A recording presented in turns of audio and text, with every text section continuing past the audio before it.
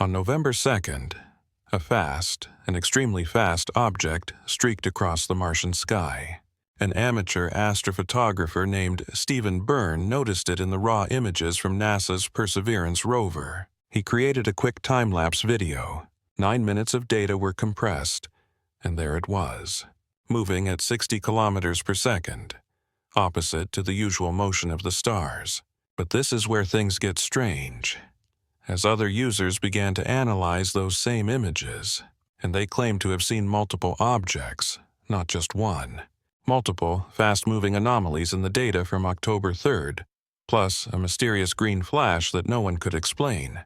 NASA had scheduled this observation. Multiple Mars orbiters were supposed to capture the closest images ever taken of an interstellar object. The high-rise camera has a resolution of 30 kilometers. ESA's Mars Express, the ExoMars Trace Gas Orbiter, all were aimed at BAI Atlas during its flyby on October 3rd. And then there was silence. No official images. No data released, nothing at all. Meanwhile, Harvard's Avi Loeb has just announced something that is making the entire astronomical community uncomfortable. This object, BAI Atlas, could be the source of the WOW signal, famous from 1977. The probability of that being a random coincidence is only 0.6%. But the connection to the WOW signal is just the beginning, because BAI Atlas is breaking every rule we know about how comets behave. It is producing industrial-grade nickel alloys in space. Its tail is pointing the wrong way. It's green when it shouldn't be. And it's following an orbit that is perfectly aligned with our planet, to the point that the probability is infinitesimally small on an astronomical level. Some are calling it the largest interstellar object ever detected. Others are calling it an impossibility. Avi Loeb calls it potentially artificial, and right now, it is behind the sun, where we cannot see it, obscured, approaching its closest point to our star.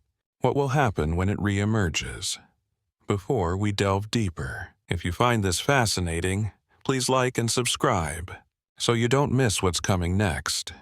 And let me know in the comments where you are listening from, what time it is there, and whether you think we are seeing one or multiple objects. And if you want to help this community grow, please share this video on X, Facebook, Reddit, or through your messages. Thank you for your continued support. Chapter 1. Wait, there are multiple objects. Let's go back to October 2nd. Stephen Burns wasn't looking for anything extraordinary.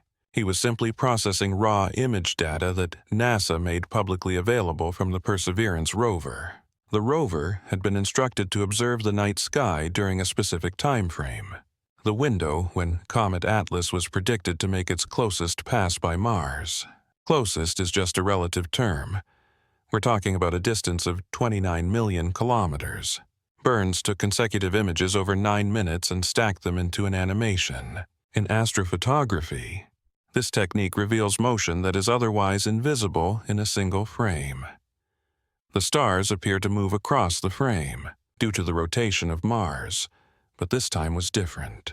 Something was cutting across that motion at an angle that made no sense for a background star. The speed was the first clue. At 60 kilometers per second, Comet Atlas moved faster than almost anything in our solar system. For comparison, Earth orbits the Sun at about 30 kilometers per second. The Parker Solar Probe, humanity's fastest spacecraft, reaches 192 kilometers per second, but only at its closest approach to the Sun. But Atlas maintained this dizzying speed throughout its journey. Burns posted his animation online within a few hours. Other amateur astronomers began their own analyses, and that's when someone named Nakataf, a German username meaning night monkey, made a startling claim in the observation community. In the photos from October 3rd, Nakataf wrote, "You can even see multiple comets, not one object, but many." Another user, Alexander Fume, pointed out something else. What is the flash at second 003 marked in blue with the number 6? Let's go back and watch Burns's animation frame by frame at that mark. For 3 seconds, a brief green light appeared. It was not a camera artifact. It was not a cosmic ray hit, which would have appeared as a single point of light. This was a diffuse glow, concentrated yet distinct. Green light in space has specific terrestrial causes. We associate it with auroras, with burning copper, with certain bioluminescent organisms. In space, green emission often comes from oxygen or from a molecule called dicarbon. 2 carbon atoms bonded together. Comets sometimes glow green when solar radiation excites dicarbon in their coma. But here's the problem. Spectral analysis of BAY Atlas from the Very Large Telescope showed almost no dicarbon. This object is what astronomers call carbon chain depleted. It should not have been glowing green. However, the pictures from ground-based telescopes in early September clearly showed a developing green hue around the object. The green flash in the images from Mars, if real, would add another layer of mystery to this story. Now, about those multiple objects. This is where things get speculative. But this speculation comes from people with telescopes and image processing software, not from people who just make things up. When you stabilize the star field in Burns' animation, when you account for the rotation of Mars and the motion of the main object, there appear to be at least 1 or 2 more points of light moving at different velocities. Could these be image artifacts? Absolutely. Could they be background asteroids that just happen to be in the frame? No, they could be separate fragments, or even smaller objects accompanying BAY Atlas. No, that is a question that no one can answer yet, because NASA has not yet released the data. The high-rise camera on the Mars Reconnaissance Orbiter observed BAY Atlas on October 2nd, between 1 and 4 a.m. Mars local time. The Trace Gas Orbiter and ESA's Mars Express both obtained observations on October 3rd. These were not random snapshots. These were coordinated, pre-planned scientific observations, designed to gather the highest resolution data ever obtained of an interstellar object. HiRISE, the High-Resolution Imaging Science Experiment, can resolve features as small as 30 centimeters on the Martian surface from orbit. When aimed at an object 29 million kilometers away, it could still achieve a resolution of about 30 kilometers per pixel. That means if BAY Atlas has a nucleus 5 kilometers wide, as recent estimates suggest, it would appear as a cluster of pixels, bright in the images from HiRISE. More importantly, HiRISE would be able to distinguish between a single, compact nucleus and a fragmented or multi-component object. If there were multiple fragments, or if there was a companion object, if there was anything unusual about the structure, HiRISE would see it. So, where are those images? The official statement from NASA was sparse, saying the Mars orbiters successfully performed their observations. The data is being processed. Updates will be provided as the analysis continues. That was over 24 hours ago, in the world of space imaging. 24 hours is more than enough time to at least preview the raw data. And some observers have noted that the United States government is facing various administrative issues, which have affected the release of scientific data. But the ESA operates independently, so they should not have such constraints. However, the ESA's images have not appeared either. This silence seems intentional, and when the official channels fall silent, amateur observers begin to speak up, because this is what we know for certain. The Perseverance rover recorded something. Many amateur analysts, examining the same publicly available raw data, are seeing anomalies. The object or objects moved with a velocity consistent with BAY Atlas, and there was also a blue-green flash that no one can explain. What we do not know is whether those multiple objects are real, whether they are separate from the main comet. And what did NASA and the ESA see with their much more powerful instruments? The flyby on October 3rd represented the closest approach that any spacecraft has ever had to an active interstellar object. This was our chance to understand what BAI Atlas really is, to see its structure up close, to determine if it was behaving like a normal comet or like something else entirely. And while we wait for answers, the object itself continues on its journey. Right now, it is approaching the Sun, moving deeper into the inner solar system, where Earth-based telescopes lost sight of it in the Sun's glare in late October. It will pass behind the Sun from our perspective, completely obscured, and when it emerges in November or December, it will either confirm every natural explanation, or it will be doing something that comets simply do not do. But before it disappears, we need to talk about what the Mars observations were actually looking for, and why the timing of this silence is more important than you might think. Chapter 2. The Silence from Mars. There is a pattern in how space agencies handle sensitive observations. When something routine is recorded, the data appears within hours. Raw images are uploaded to public databases. Press releases are drafted, and scientists tweet their findings. When something unexpected appears, a prolonged silence follows. The technical explanation for the delay centers on data processing protocols and the calibration requirements of the Mars orbiters. They do not transmit images in real time. They store observations on board, then transmit them back to Earth during scheduled communication windows. From there, the data goes through various processing stages: geometric correction, radiometric calibration, and noise filtering. For a routine surface observation, this process takes 6 to 12 hours. For a moving target against a background of stars, it can take twice that long. We are now more than 48 hours past the October 3rd observations. But there is another factor at play, one that is not mentioned in official statements but is whispered about in the community. Researchers depend on NASA's data for their work. Budget constraints and administrative disruptions have created bottlenecks in the data release pipelines. It is not an official shutdown, but the kind of bureaucratic friction that turns routine processes into delayed ones, with staff working reduced hours, reprioritized systems, and extended review chains. The ESA operates under different administrative structures, but images from their Mars Express and ExoMars Trace Gas Orbiter have also not emerged. This suggests either a coordinated decision to withhold preliminary data until a full analysis is complete, or technical challenges that both agencies are simultaneously trying to solve. The question becomes, what would be challenging enough to cause this delay? Let's consider the possibilities. These instruments are designed for observations with the surface imaging, stereo, and color system CASIS on board. The Trace Gas Orbiter can resolve down to features of about 4.5 meters per pixel when imaging Mars. When aimed at an object 29 million kilometers away, that resolution decreases significantly, but the instrument's sensitivity remains high, as it was designed to detect subtle color variations in Martian surface materials. If Atlas is releasing different types of ice, if its coma shows compositional variations, if there are distinct structural regions, KSSS would record that.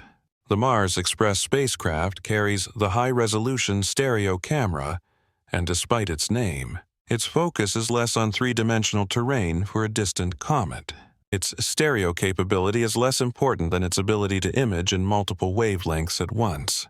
The camera can distinguish between dust, water ice, carbon dioxide ice, and various minerals based on how they reflect different colors of light. Then there is HiRISE on the Mars Reconnaissance Orbiter, which we have mentioned. But here is something we have not discussed.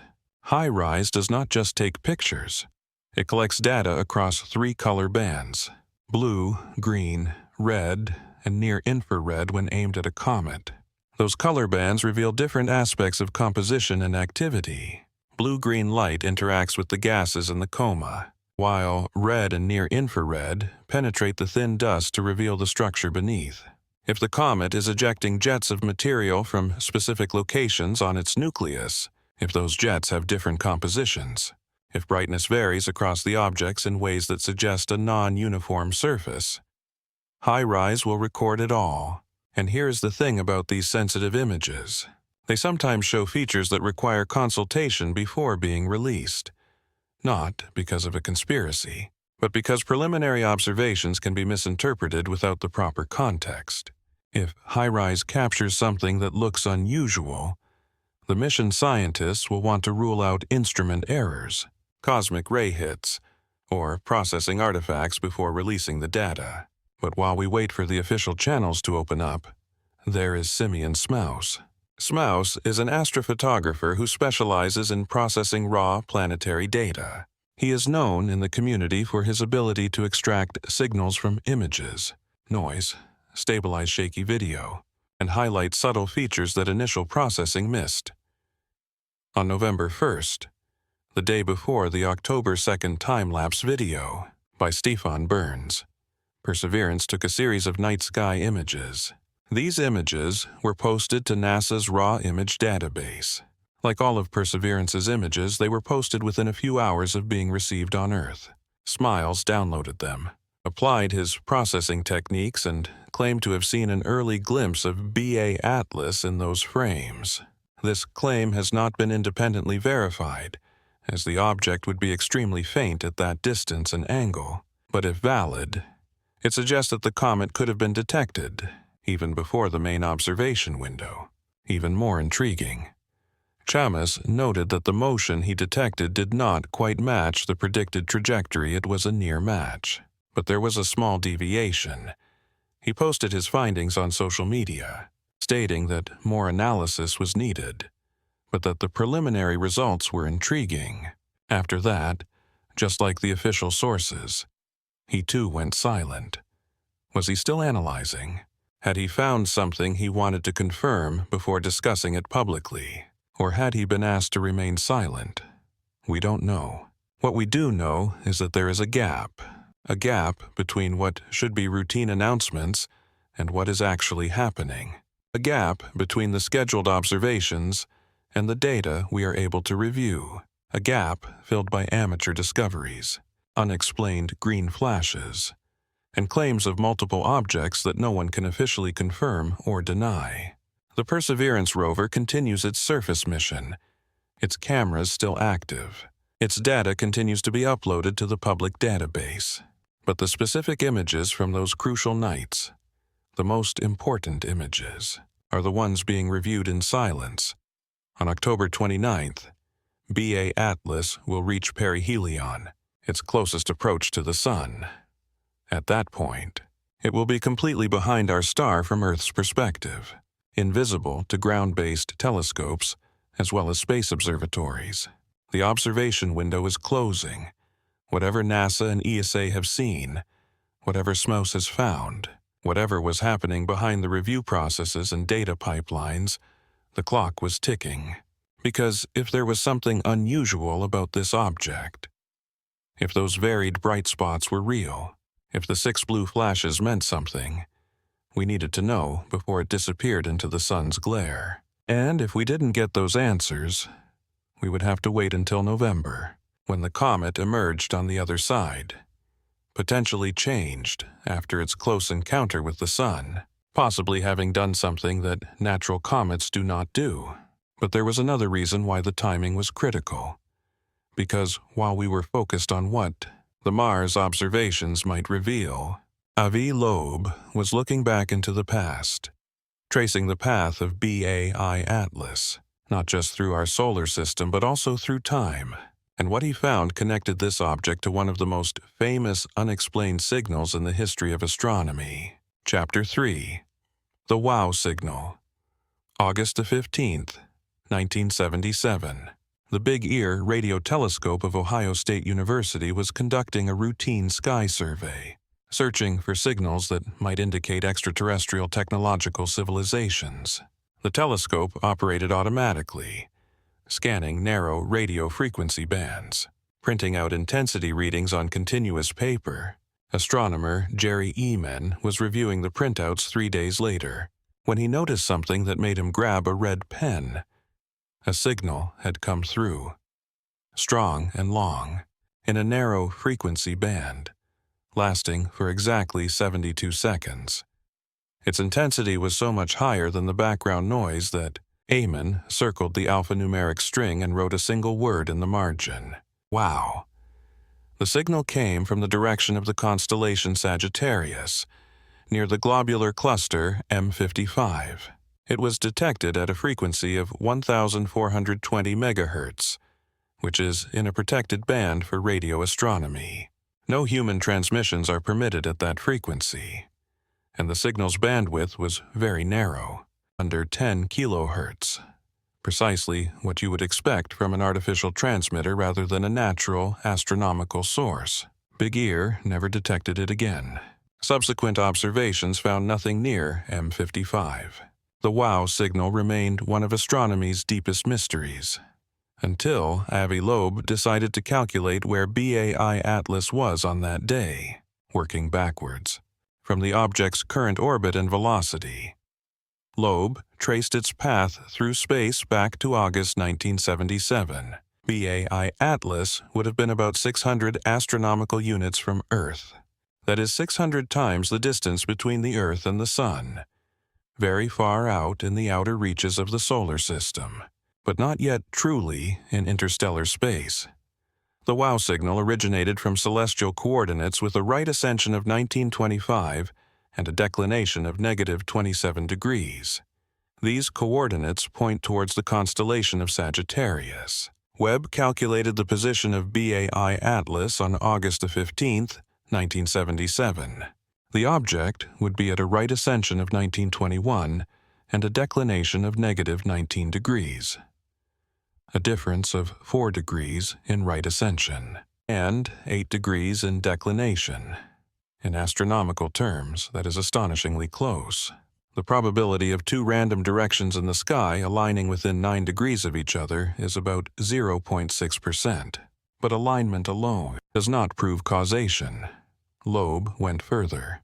If BAI Atlas had transmitted the WOW signal, how powerful would the transmitter need to be? The signal strength detected by Baker ranged up to 54,212 Janskis.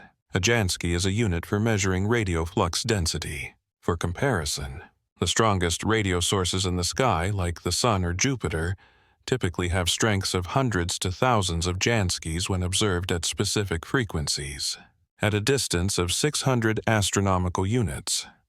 To produce the received intensity would require a transmitter with a power of 0.5 gigawatt to 2 gigawatts.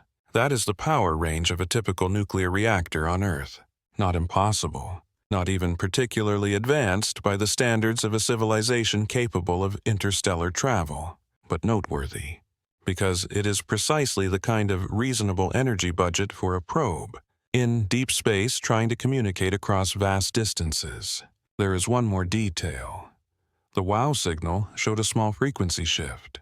It was detected at a frequency of 1,420.4556 MHz, about 10 kHz higher than the neutral hydrogen line frequency. This represents a blue shift, meaning the source was moving towards Earth.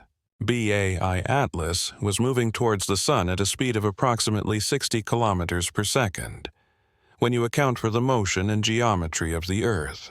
In August of 1977, the relative velocity would have produced a blue shift. Loeb calculated the expected shift. It was close to what was observed, though not a perfect match. The discrepancy could be explained by uncertainties in the precise position and velocity vectors, or by the signal being transmitted in a specific direction, rather than omnidirectional. This is where things get interesting from a strategic point of view. If you are an intelligence wanting to announce your presence, broadcasting near the hydrogen line makes sense. Hydrogen is the most abundant element in the universe, and the 21-centimeter hydrogen line is so fundamental that, in radio astronomy, any civilization with radio technology capabilities would be monitoring it. It is the galactic calling card frequency. The WOW signal lasted for 72 seconds because of how the Big Ear telescope operated. It used 2 feed horns spaced apart on the sky, listening to adjacent regions. As the Earth's rotation swept them across the target, Each feed horn had a 36-second window. The signal appeared sequentially in both horns, resulting in a 72-second detection. This means the source was broadcasting continuously, or at least for the duration that Big Ear was able to observe it. Not a short pulse, but a persistent broadcast. If bi-Atlas is the culprit, this raises immediate questions. Was it a beacon announcing its presence to any listening AIs? Was it a navigational pulse marking a location for some other spacecraft? Was it an attempt at communication, encoding information we lack the sophistication to decipher? Or was it entirely unrelated, a cosmic coincidence, where an interstellar comet happened to align with a natural radio source we have yet to identify? The problem is, we have no radio telescope data on bi-Atlas, obviously not from August 1977, but none from the present day either. No observatory has reported aiming its radio dishes at this object. The focus has been on optical observations, on spectroscopy, on imaging. The questions have been about composition and structure, not about whether it is broadcasting signals. Loeb is arguing that this needs to change immediately. The object is approaching perihelion. It is getting closer to the sun, which means higher temperatures, more activity, more energy. If there is any kind of technological system involved, if it has broadcast a signal once before, at a distance of 600 astronomical units, if it is designed to communicate at specific points in its journey, this would be the time for radio telescopes to listen, like the Very Large Array in New Mexico, the Arecibo Observatory facilities, even the large telescope arrays in China and Australia, could monitor bi-Atlas across multiple frequencies, not just the hydrogen line, but across the entire spectrum where artificial signals might appear. The observation would be simple to listen. Compare against the background. Look for any narrowband signals, any modulation patterns, any repeating structures that natural sources do not produce. If there's nothing, that's fine. It's a few hours of telescope time to rule out the hypothesis, but if there is something, if bi-Atlas is emitting a radio signal, even a faint one, even an intermittent one, that would change everything about how we interpret this object, because a comet doesn't broadcast.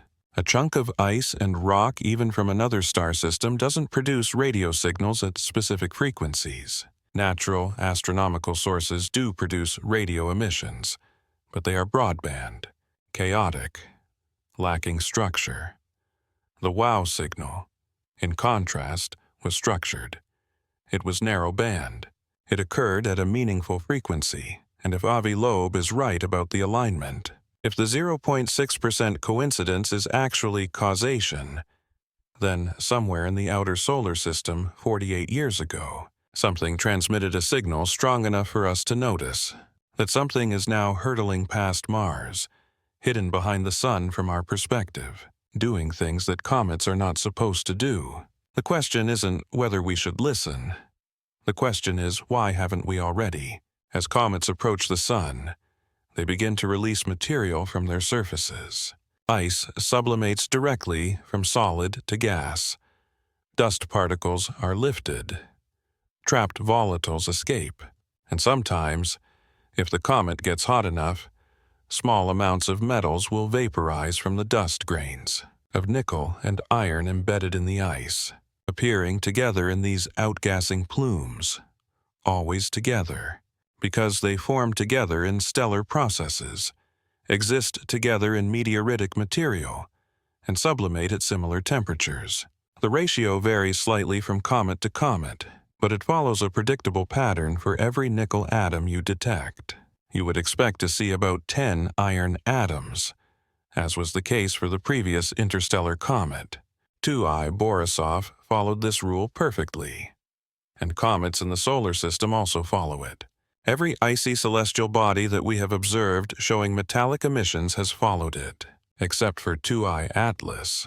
The European Very Large Telescope in Chile observed this object using an ultraviolet invisible spectrograph, an instrument designed to separate light into its component wavelengths with extraordinary precision. From August to September, The observers collected 10 spectra over 6 periods, as the comet moved from 3.14 astronomical units down to 2.14 astronomical units from the Sun. In every observation window, nickel emission lines appeared in the spectrum, bright and unmistakable. Iron only appeared when the comet came closer than 2.64 astronomical units. Before that threshold, it was nickel without iron. After that, it was nickel with a little iron, but in a ratio completely unlike anything seen in other comets. The measured nickel-to-iron ratio was orders of magnitude higher than the solar abundance ratio, higher than the typical cometary ratio, higher than what natural geological processes could produce. The production rate made it even stranger. 2I Atlas was releasing nickel gas at a rate of about 5 grams per second when first observed. As it got closer and warmer, that rate increased significantly. 5 grams per second might not sound like much until you consider what that means. That's 430 kilograms per day. Over 3 tons of nickel per week from an object thought to be made mostly of water, ice, and rock. The surface temperature at 2.8 astronomical units, where most of this emission was observed, is too low to vaporize silicate minerals or the nickel and iron-bearing metallic grains. The comet would need to be at least twice as close to the Sun for the normal sublimation of refractory materials to occur. Something else was happening. The research team proposed several possibilities. Perhaps the nickel existed in an easily released form. Nickel tetracarbonyl, a volatile compound that is decomposed by ultraviolet light, would release free nickel atoms into the coma. But the formation of nickel tetracarbonyl requires specific chemistry under specific conditions, specific pathways that are not common in natural processes. Here on Earth, we industrially produce nickel tetracarbonyl. It's part of the Mond process used to refine nickel from ore. You heat impure nickel with carbon monoxide at specific temperatures and pressures. The nickel forms gaseous nickel carbonyl, which you then decompose at a higher temperature to deposit pure nickel. The chemical signature of Comet Atlas releasing nickel without corresponding iron mimics the product of this industrial refining process. There is another possibility the researchers mentioned. Perhaps the nickel was embedded in organic compounds, or existed as nano-sized particles, reacting differently to the Sun's heating than bulk metal particles. Maybe photon-stimulated desorption, where light directly kicks atoms off a surface, was somehow preferentially releasing nickel. These are plausible, complex, natural mechanisms, requiring specific conditions but still possible. Except, here's the thing about natural mechanisms. They leave evidence. They require precursor materials. They depend on the comet's formation history, its journey through space, the radiation environment it experienced. Comet Atlas was likely formed in the thick disk of the Milky Way, a region of old, metal-poor stars. Models suggest it spent 47 billion years traveling through interstellar space before entering our solar system. During that journey, it would have been exposed to cosmic rays, to background radiation, to collisions with interstellar dust and gas. Could that exposure have created a surface chemistry strange enough to explain the nickel emission? Could the comet have accumulated material during its journey that now, when heated by the Sun, is releasing metals in unusual ratio? You would expect comets formed around different stars to show chemical differences. Different protoplanetary disks have different compositions, different mixes of elements, ratios of volatile to refractory materials, the structure of organic molecules. All of this changes based on where and when a solar system forms. But the laws of physics don't change. Nickel and iron still form together in supernovae. They still condense together in protoplanetary disks, and they still sublimate at similar temperatures. To separate them, to release them at a significantly different rate, requires overcoming fundamental chemical bonds, unless the nickel is not sublimating from the ice and rock, unless it is being released through a chemical process that we don't normally associate with comets. Loeb predictably pointed out that this observation matches what you would expect from the artificial production of nickel. Not that the comet is a factory, but that if it were a technological object with nickel-based components, or a nickel-rich surface coating accumulated during interstellar travel, heating from the sun could erode that material. The lack of iron would then simply reflect the composition of whatever is being eroded. The counter-argument is simple. Why would an advanced civilization build something out of such an easily eroded material? If you are designing an interstellar probe to last for billions of years, you don't use materials that start to vaporize as soon as you get near a star, unless the vaporization is intentional, unless releasing a cloud of material serves some purpose, perhaps for cooling, reducing mass to adjust its trajectory, creating a signal, generating a sign visible from a distance, or unless the coating accumulated during the journey was not part of the original design. Interstellar space is not empty. At a speed of 60 kilometers per second, even diffuse gas and dust particles collide with significant energy. Over millions of years, a spacecraft would accumulate surface material much like a comet. If that material happens to be rich in certain elements, based on which regions of the galaxy the object passed through, you might see unusual compositions. The data from the Very Large Telescope doesn't prove any of this. It simply establishes that Atlas is behaving anomalously, nickel without iron, extremely high production rates, the timing of the various emissions. Nothing fits comfortably with our models of how comets work, and the nickel is just one piece of the puzzle. Because while the VLT was recording the metallic emissions, the Hubble Space Telescope were capturing images that revealed something even more fundamental, something that challenged the very definition of what a comet is. Chapter 4. The Anomaly of the Anti-Tail. A comet's tail points away from the sun. This is one of the first things you learn about comets, not because they follow the comet's motion, but because they are being pushed by solar radiation and the solar wind. Photons carry momentum, and when billions of them per second strike dust particles and ionized gas molecules, they transfer that momentum outward, creating the characteristic tail that always points away from our star.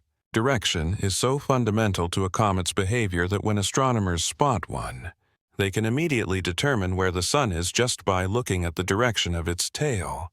On July 21st, the Hubble Space Telescope captured the highest resolution image ever taken of Comet Atlas, 277 million miles from Earth, still on its way to perihelion in October. The image showed a diffuse glow in front of the object, pointing toward the sun. This glow was elongated, about 10 times longer than it was wide, forming a teardrop or jet-like structure trailing from the object. In the direction where a tail should have been, there was nothing. No bright plume, no extended dust trail, just a faint gradient of scattered light, fading into the background darkness. That glow was an anti-tail. Now, anti-tails are not entirely unknown for comets in the solar system. Sometimes, under specific geometric conditions, when Earth passes through a comet's orbital plane, we see dust that has been left behind in the comet's orbit. Stretching out in front of the comet from our point of view, it is an illusion of perspective. But B-A-I, Atlas, was not in this geometric configuration. The viewing angle did not support a perspective effect, and the brightness profile of the forward glow did not match what you would expect from orbital dust.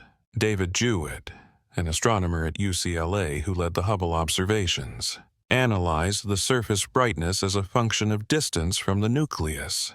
In a normal cometary coma, the brightness falls off gradually. It spreads out, thins, and the intensity drops according to a gentle power law. The forward glow of B-A-I, Atlas dropped with an expected power law slope of -3. Corresponding to a three-dimensional emissivity profile with a radial slope of -4. This is steeper than what is observed in typical comets in the solar system, much steeper. The steep decline suggests that whatever is creating the coma is concentrated near the source and dissipates quickly. Either the material is extremely fine and is quickly pushed away by radiation pressure, or there is an active outburst from a specific location on the nucleus, creating a directed plume. Judith's team interpreted this as dust vaporizing from the sunward side of the comet.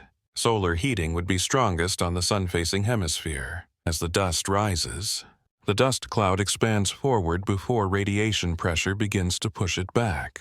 It is a plausible interpretation, but it requires the comet to release material asymmetrically, with the sunward side being significantly more active than the rest of the surface. That degree of asymmetry is unusual, but not impossible. What is more difficult to explain is the absence of a dust tail. If dust was being lifted off the surface in sufficient quantities to create the visible forward coma, then that dust should persist. Radiation pressure would push it outward. The comet's motion would draw it back into a tail, and we would see something. Unless the dust particles are extremely small. Particles smaller than a few hundred nanometers interact so strongly with light that they are blown away from the comet almost immediately, creating a diffuse haze instead of a distinct tail. But such small particles are also quickly destroyed by solar radiation, disintegrating into even smaller fragments until they are nearly invisible. Or unless, much of what we are seeing is not dust, but gas. Gas does not form stable tails like dust does. It disperses, thins out, and becomes transparent as it moves far enough from the nucleus. But if it is mostly gas creating the forward coma, that brings us back to questions about composition. What gas? At what rate? And why is it so concentrated in one direction? There is another possibility that Loff and his colleague, Eric Guidos, explored in a paper. If Comet Atlas were generating its own light instead of just reflecting sunlight, the brightness profile would look different. Internal energy sources, whether from radioactive decay or some other process, would produce an emission that drops off sharply with the distance, simply because you are moving away from the source. This is not as outlandish as it seems. Some comets show a faint airglow in their comas, an emission from molecules excited by the sun's ultraviolet light. But those emissions are well characterized.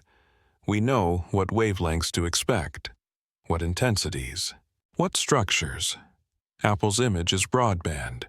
It collects light over a range of wavelengths, without a spectrum of that specific forward-facing glow. We cannot determine whether it is purely reflected sunlight or includes some emission component. What we can say is this structure is anomalous, forward-pointing, sharply dropping off, with no corresponding tail. These features together paint a picture that is inconsistent with models of standard comets without invoking special circumstances. And this is what makes it significant. The orientation of this jet, or plume, or whatever we call it, is purely in the direction of motion. The comet is moving towards the sun, and the glow extends forward in that same direction. If you wanted to design a braking system for an interstellar object, releasing material forward would provide thrust in the opposite direction. It is inefficient compared to a rocket engine, but over long timescales, with continuous mass loss, it could produce a measurable deceleration. BAE Atlas shows no measurable non-gravitational acceleration. Multiple groups have analyzed its orbit, compiling thousands of positional observations and finding the motion consistent with gravity alone. But that analysis has its limits. Small accelerations below about 15 meters per day squared would be lost in the noise in the relatively short observational window. The comet was only discovered in July. We have been tracking it for the past few months. A fraction of its orbit, if it is decelerating slowly, gradually adjusting its trajectory through directed mass loss. We might not have detected it yet. The forward jet could be entirely natural, a result of how ice sublimates from a rapidly rotating nucleus with an irregular shape. The images alone cannot tell us, but combined with the other anomalies, the nickel emissions, the chemical composition, the orbit, it adds to a pattern where each individual observation can be explained naturally. The overall picture becomes increasingly strained. You can have a comet with unusual chemistry. You can have a comet with a strange orbit.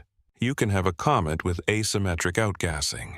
But to have all these features in a single object, the third interstellar visitor we have ever detected, starts to defy statistical expectations, especially when you calculate just how big this thing really is. Chapter 5. 33 billion tons of mystery. When an active comet releases gas and dust, physics demands a reaction, action and reaction.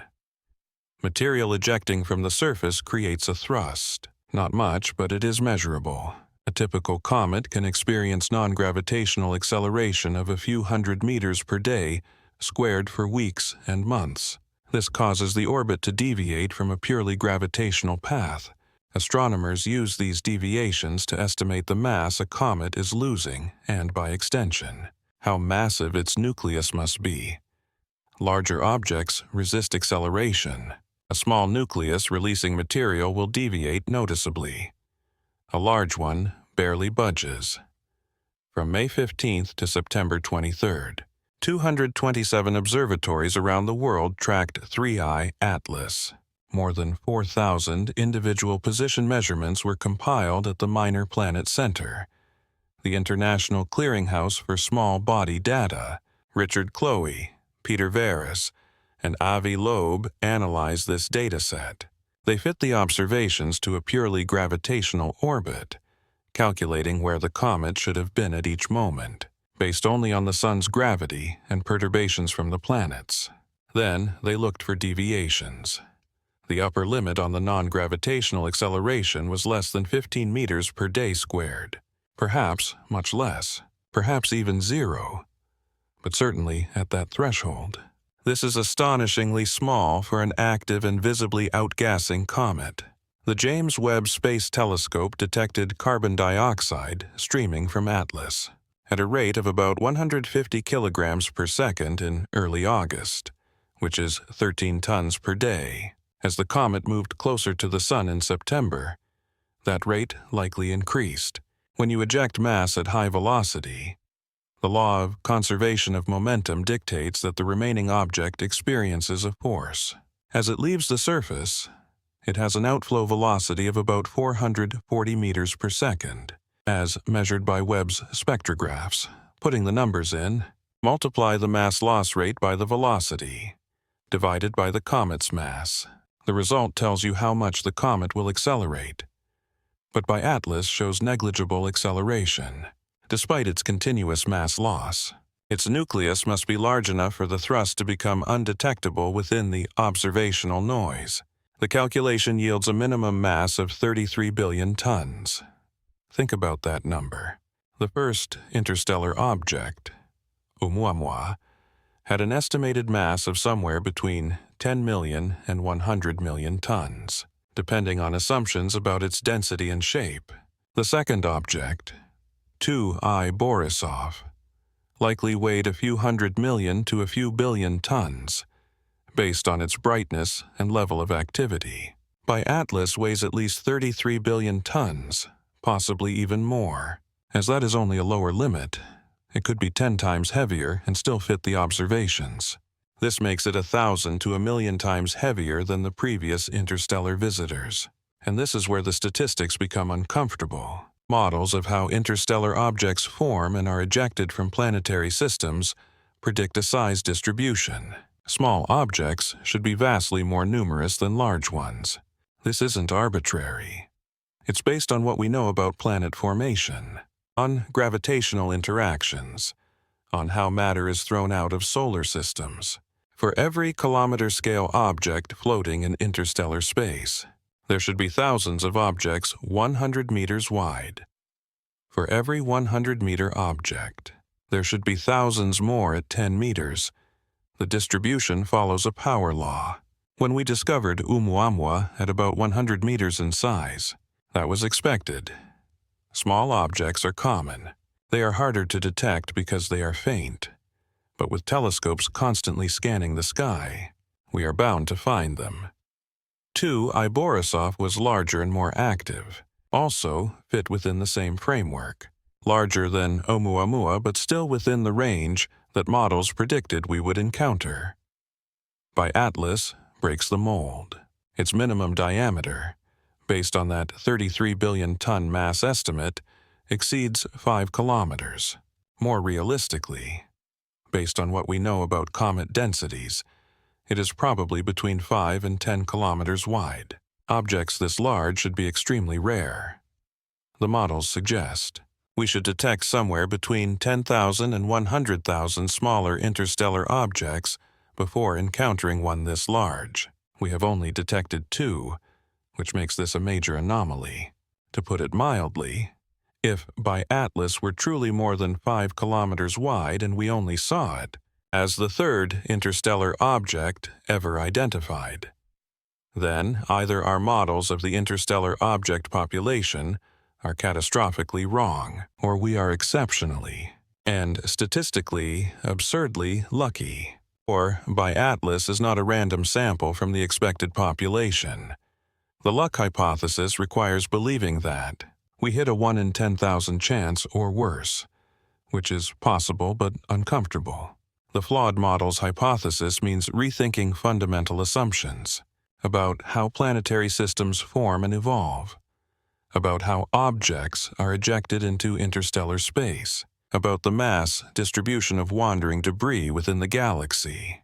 It is not impossible, but it would require major revisions to theories, which have worked well for everything else we observe.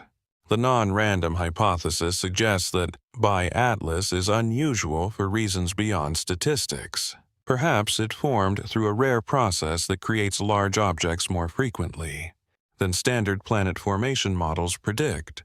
Perhaps it is a planetary seed, as some researchers have proposed, a large, solid body ejected early in the history of a solar system.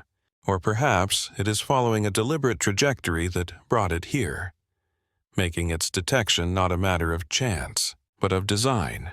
That last option is what makes most astronomers uncomfortable, not because it is impossible, but because accepting it requires abandoning the principle that we should exhaust natural explanations before resorting to extraordinary ones. But herein lies the tension. At what point do the natural explanations become more extraordinary than the alternative A comet 1,000,000 times more massive than expected, producing signatures of industrial metals, ejecting material forward with no trailing tail, glowing green without the molecules that cause a green glow, aligning with the famous radio signal with a probability within 1%, following a trajectory that passes very close to multiple planets? Each anomaly has a potential natural explanation, but the combination strains credulity, and we have not yet discussed the strangest aspect of its chemistry. It caught attention precisely because it violated every rule we have about what comets contain. Chapter 6. A Chemical Nightmare. On August 6th, the James Webb Space Telescope pointed its near-infrared spectrograph at Atlas. Webb operates above Earth's atmosphere, unaffected by water vapor and carbon dioxide, which hinder ground-based infrared astronomy. Its instruments can detect molecules that are otherwise invisible to surface-based telescopes. Spectral analysis revealed carbon dioxide, water, carbon monoxide, and carbon sulfide in the comet's coma. All were expected in an active comet, but the ratios were profoundly wrong. The measured ratio of carbon dioxide to water was 8:1 in every other comet ever studied, including the previous interstellar visitor, Borisov. Water is always dominant.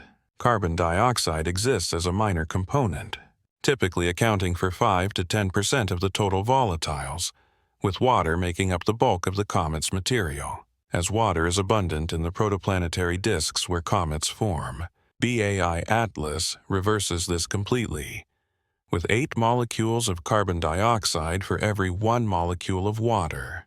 By mass ratio, the coma was about 87% carbon dioxide, 9% carbon monoxide, and only 4% water. This ratio is more than 6 standard deviations from the typical value for solar system comets. In statistical terms, That is not an outlier. It is an entirely different population.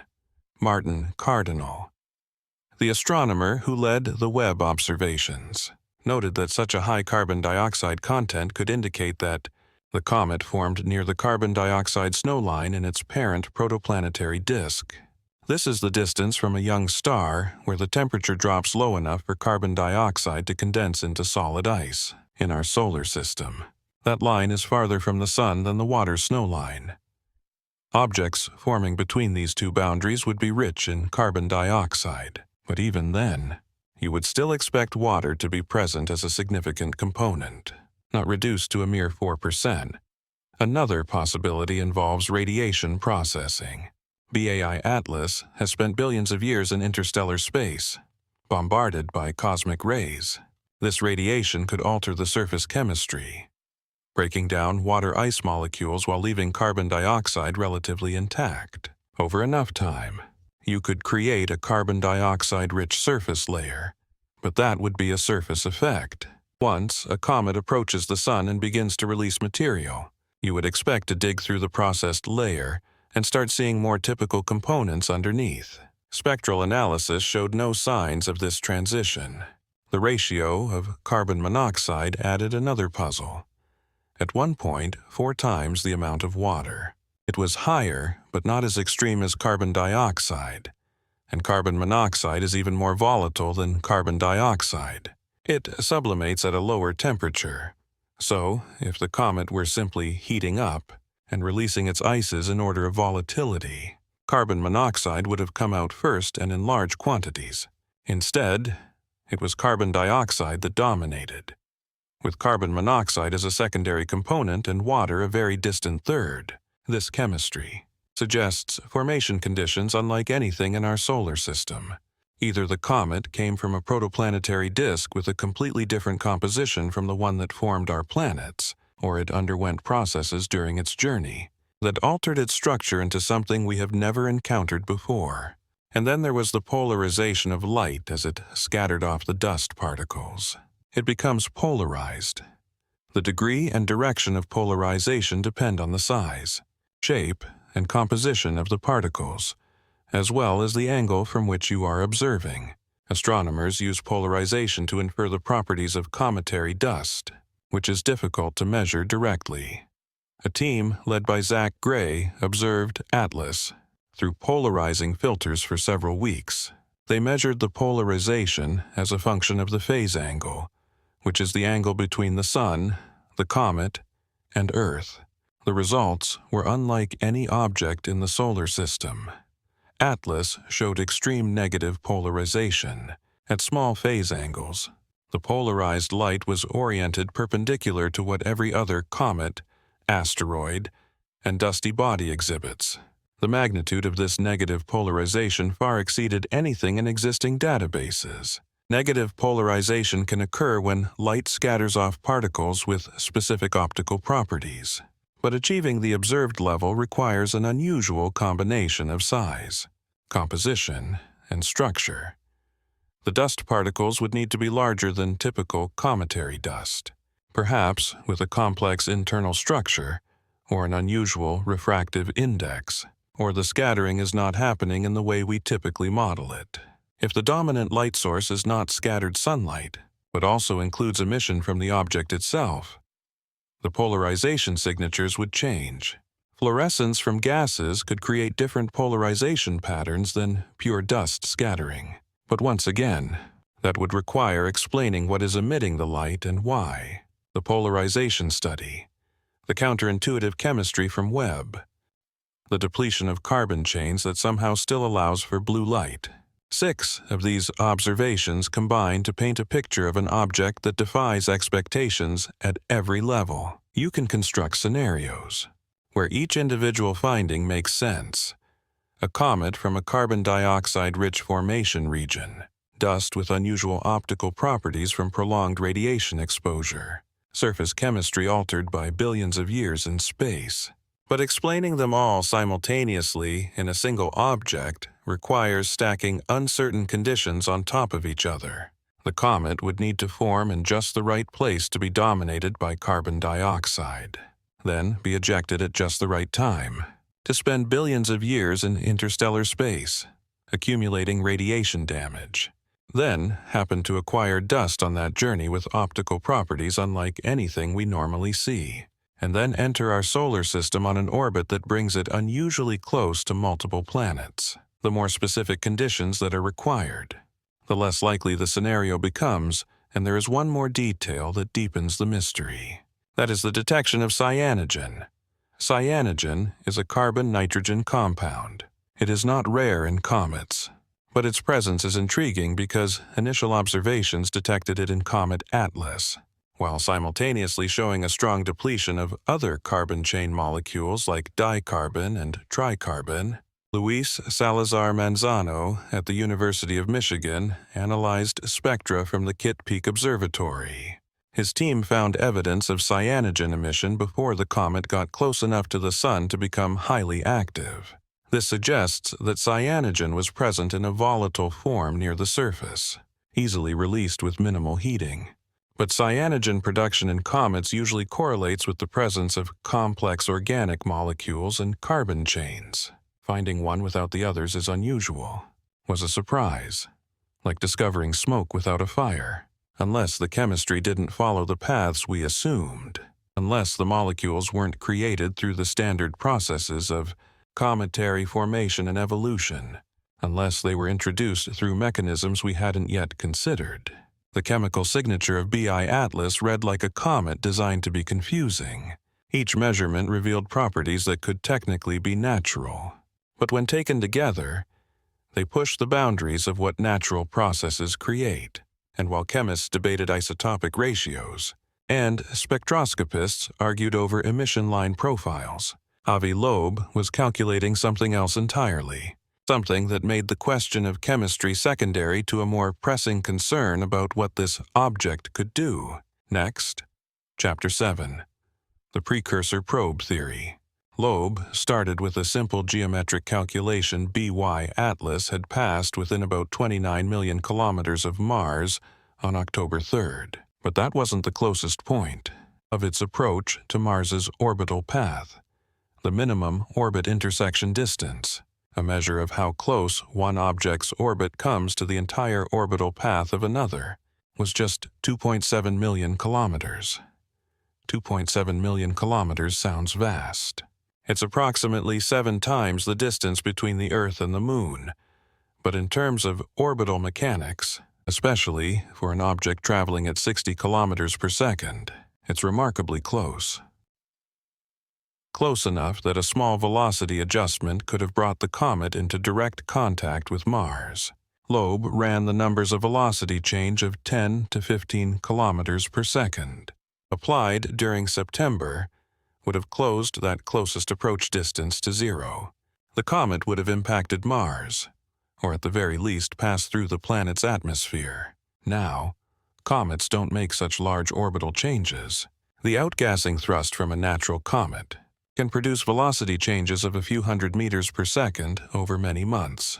To achieve 10 or 15 kilometers per second would require either a catastrophic fragmentation event or active propulsion. But here's what caught Loeb's attention.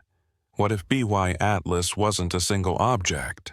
If it were accompanied by smaller components, those components would not need to match the velocity of the main object. A mothership releasing smaller probes can impart a significant relative velocity. The probes would separate onto slightly different trajectories, while the main object passes Mars at a distance of 29 million kilometers. A probe with the right velocity vector could reach the planet.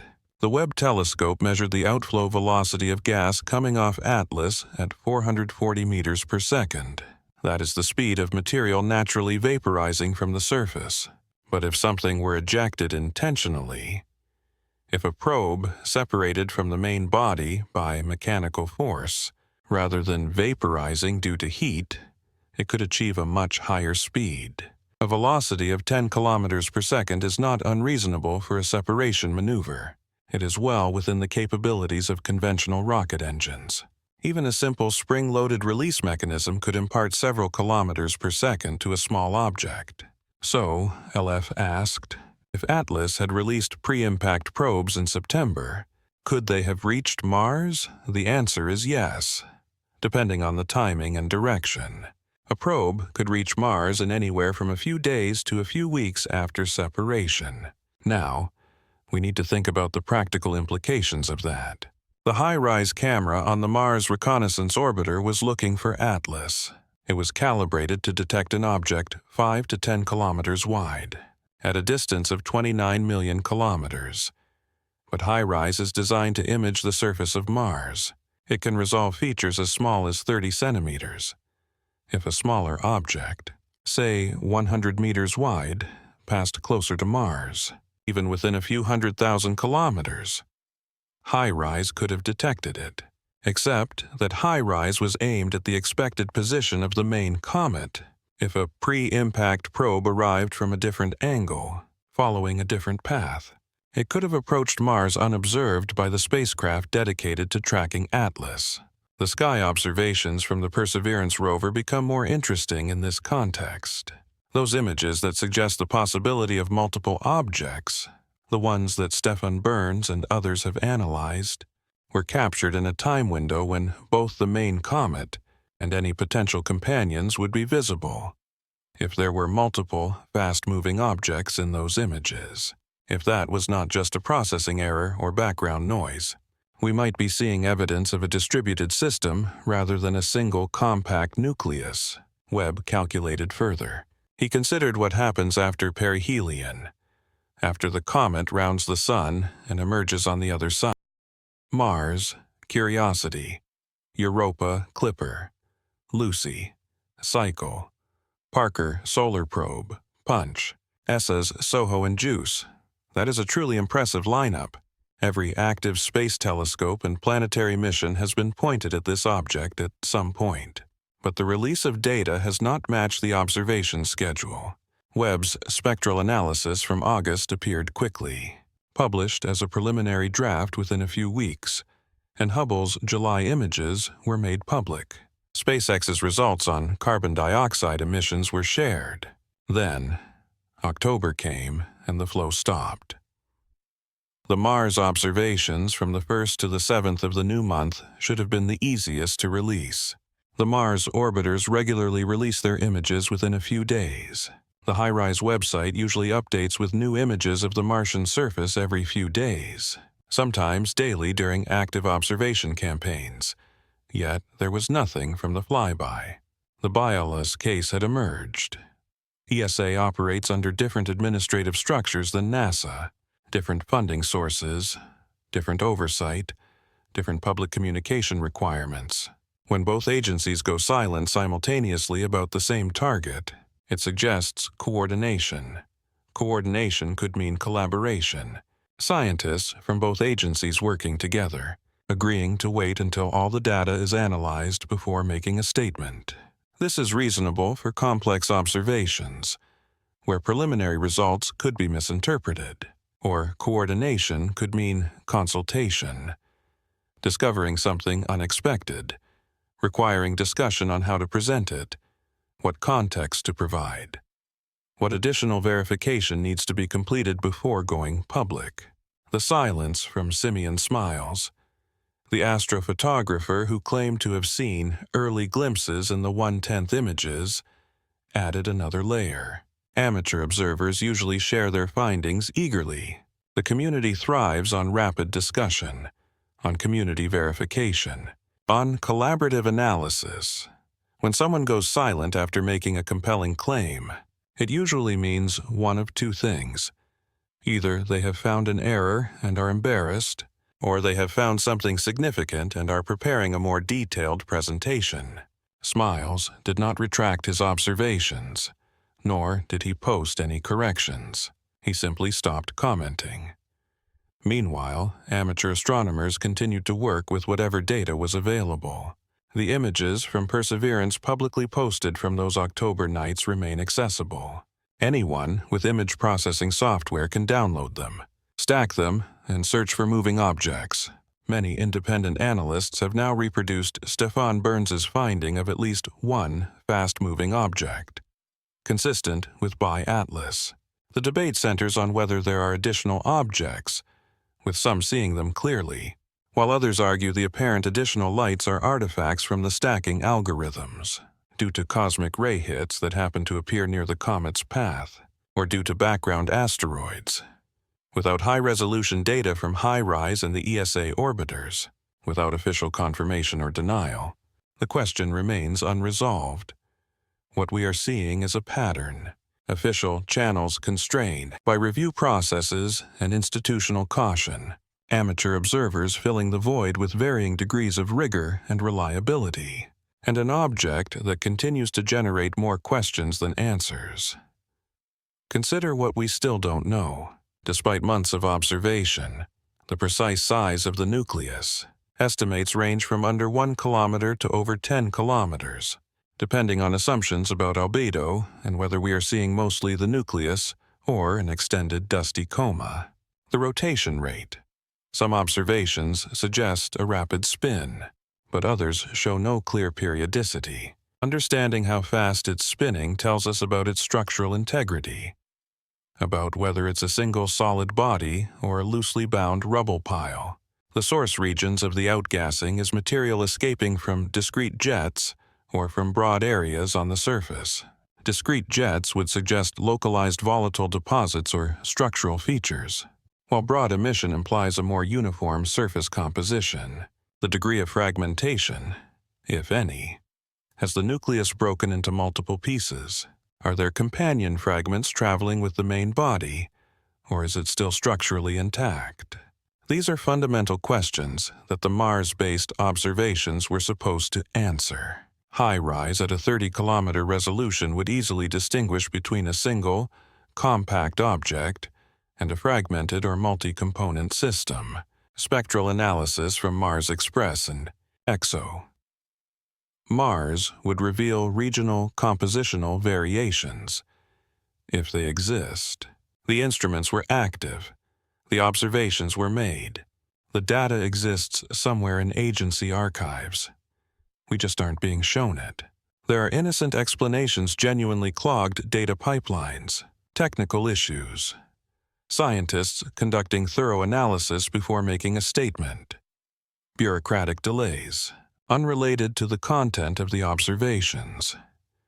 There are less innocent explanations, uncertainty about how to characterize unexpected findings, consultation on whether preliminary observations merit wider discussion before a formal announcement, institutional reluctance to make statements that might later have to be embarrassingly retracted. And there are troubling explanations, the detection of features that challenge comfortable assumptions, evidence of structures or behaviors inconsistent with natural categories, observations that, if released without context, would generate precisely the kind of speculation and panic that agencies try to avoid. We don't know which of these apply, and that is the problem. The absence of information creates a vacuum that speculation fills. What we can say for certain is that the next few weeks are crucial. Atlas will emerge from behind the Sun in late November or early December, and ground-based telescopes will immediately image it. Amateur astronomers will be watching, and professional observatories will allocate time. If it looks the same, if its trajectory matches predictions, if its brightness and spectral signature remain consistent with what we measured before, the natural comet explanation will be significantly strengthened. If anything has changed, if there is evidence of maneuvering or structural modification, or unexpected brightening, or new compositional signatures, the artificial hypothesis will gain more support. JUICE will observe it in late November. During its period of peak activity after perihelion, Europa Clipper, now en route to Jupiter, may also be able to get observations, depending on the geometry and mission priorities. These spacecraft observe the comet from angles and distances that instruments on Earth cannot achieve. Their data will eventually arrive, will eventually be processed, will eventually inform our understanding, but eventually is not now.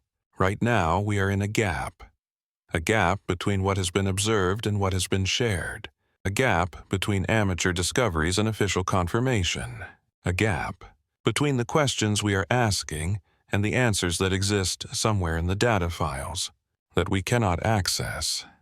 And while we wait in that gap, BAIALAS continues its journey, approaching the sun, heating up, becoming more active, possibly doing things we won't know about for several more weeks until it reappears, and we see what has changed. So here we are, waiting, watching an empty sky where something extraordinary is hiding behind our sun. BAIALAS is out there right now, near our star, closer than at any time in billions of years, absorbing gigawatts of solar energy, potentially fragmenting, potentially maneuvering, potentially doing nothing more dramatic than what comets have done since the solar system formed. We have followed its path from the distant reaches of space, calculated where it was when the WOW signal reached Earth, measured the impossible ratios in its chemistry, documented metals that shouldn't be there, mapped an anti-tail pointing the wrong way. We have counted the statistical impossibilities, piled up the anomalies, and arrived at a place where certainty seems impossibly distant. Perhaps it is just a comet, an admittedly unusual one, but ultimately a natural object following natural laws. The anomalies will be resolved. The missing data will emerge and bring clarity.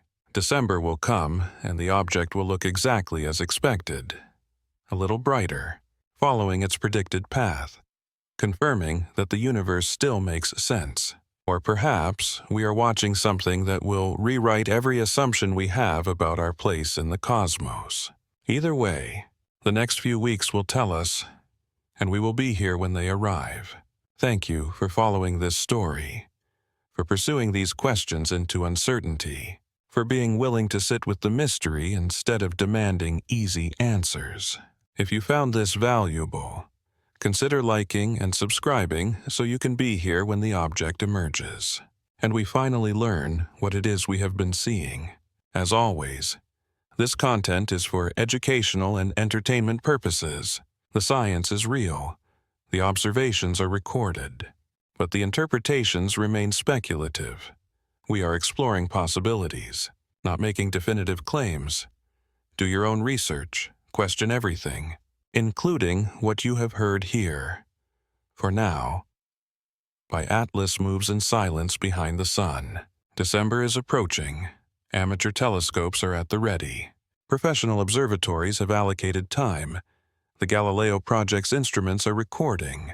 And somewhere out there in the dark, an object from another star continues its journey, indifferent to our questions, our theories, our hopes and fears about what it might represent.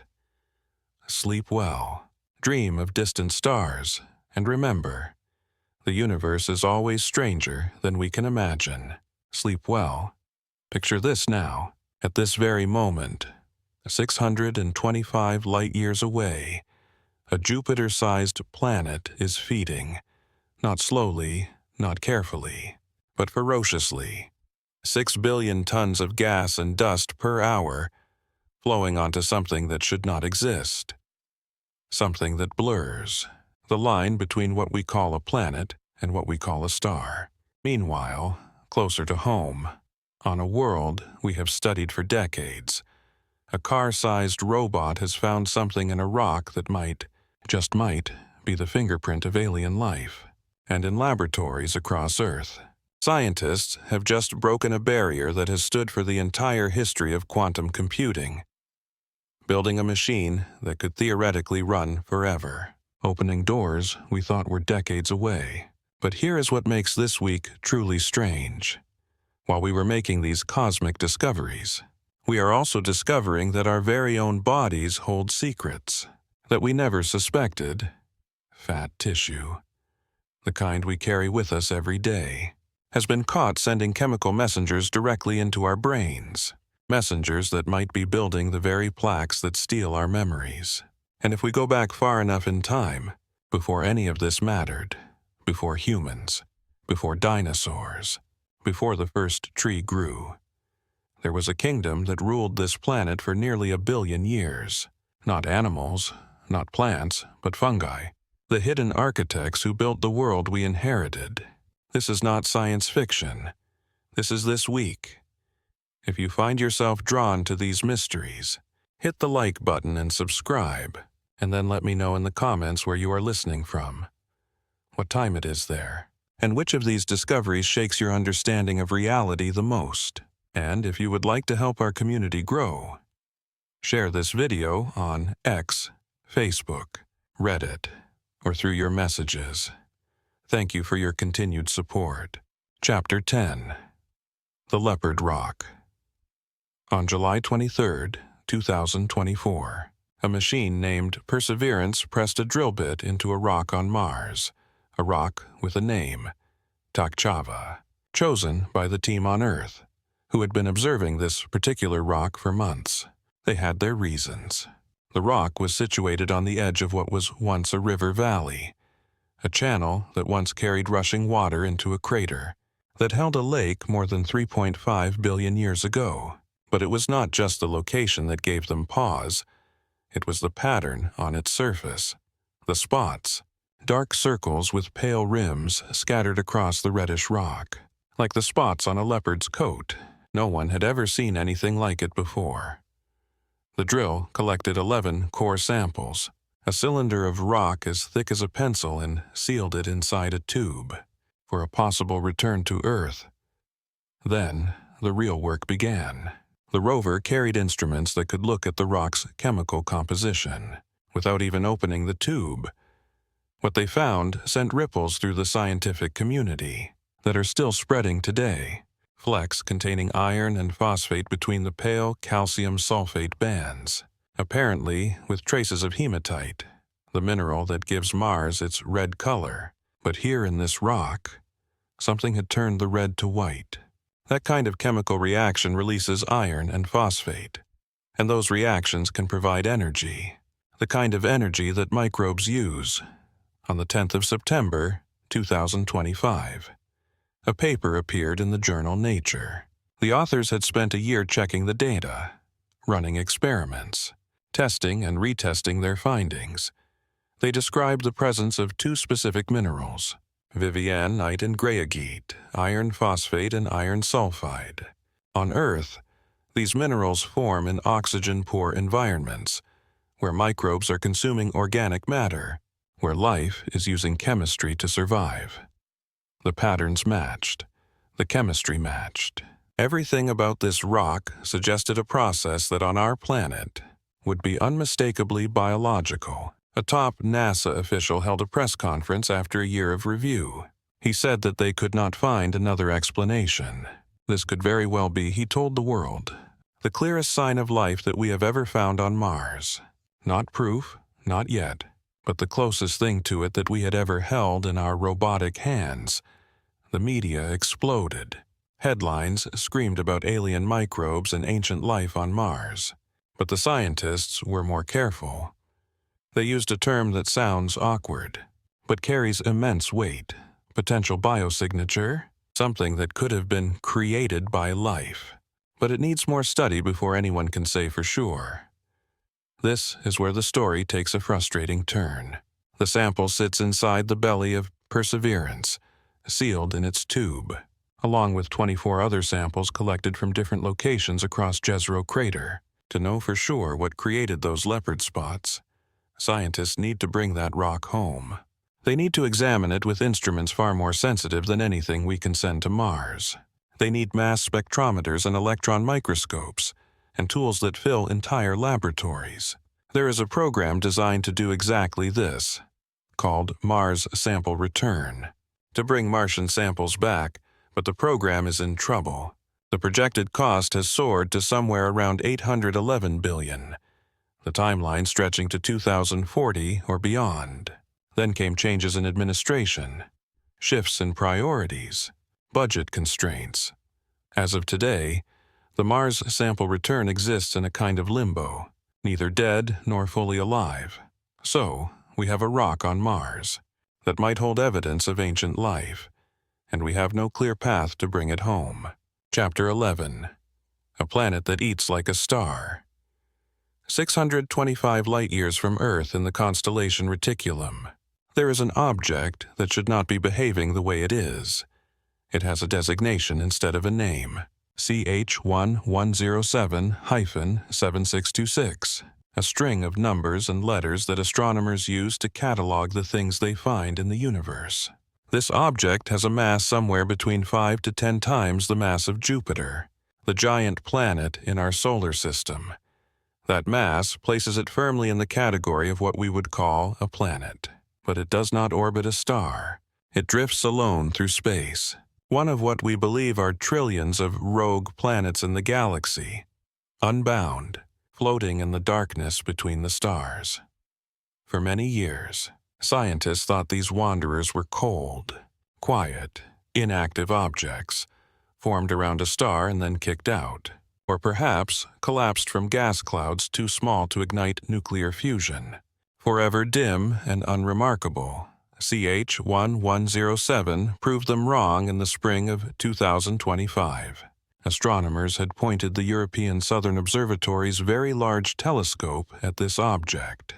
They saw something familiar, a young world still surrounded by a disk of gas and dust, leftover material from its formation. The disk was slowly feeding the planet through a process called accretion, with material falling onto its surface, adding to its mass bit by bit. This is normal. This is how planets grow. Then, come August, everything changed. The planet began to devour its disk, not gradually, but violently. The accretion rate skyrocketing to 8 times what it had been just a few months prior. 6 billion tons of material per second poured onto this lonely world, floating in the void. To put that in perspective, imagine the entire mass of Mount Everest disappearing into this planet every few seconds. For at least 2 months, this feeding frenzy continued, and when the paper was published on October 2nd, 2025, it was still ongoing. The lead researcher, a scientist named Victor Armendros-Abad, said something that captured the strangeness perfectly. People might think of planets as quiet and stable worlds, he explained. But with this discovery, we see that planetary mass objects floating freely in space can be exciting places. Exciting is perhaps an understatement. What CH1107 is doing had only been observed before in young stars and brown dwarfs, objects large enough to have complex magnetic activity. This is the most powerful accretion event ever recorded for a planetary mass object in the entire history of astronomy. This is where things get even stranger.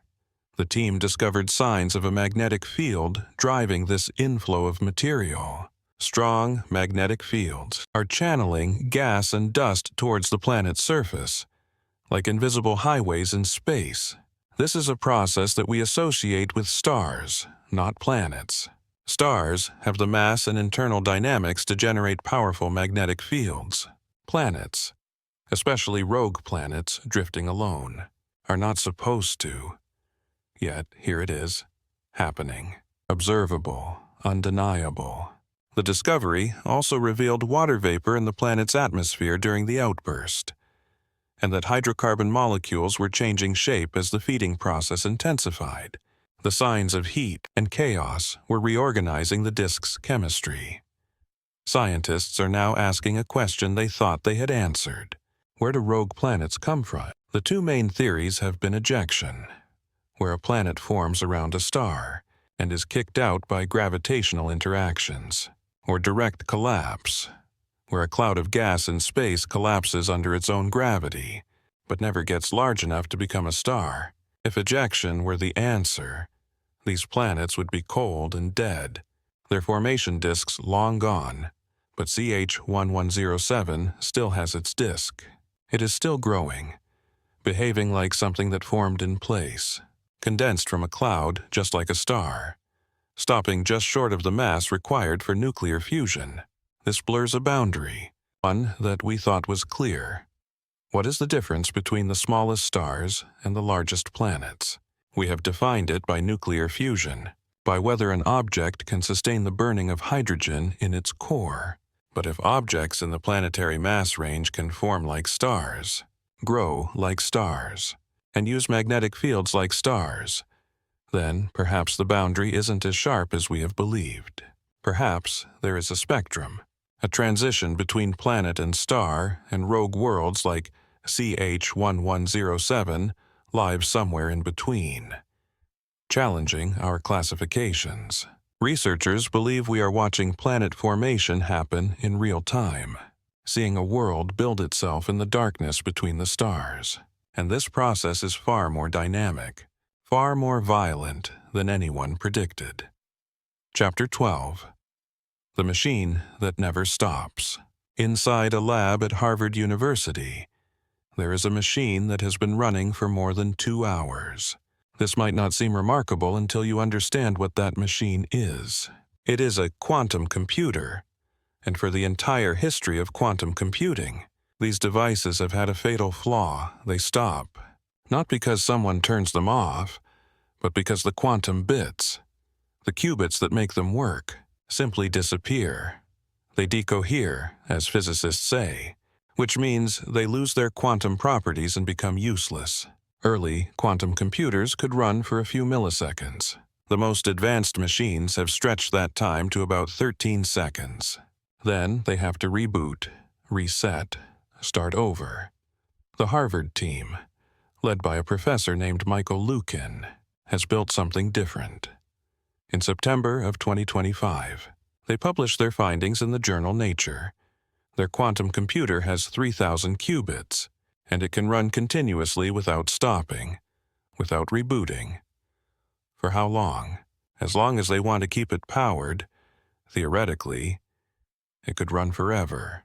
This is not an incremental improvement.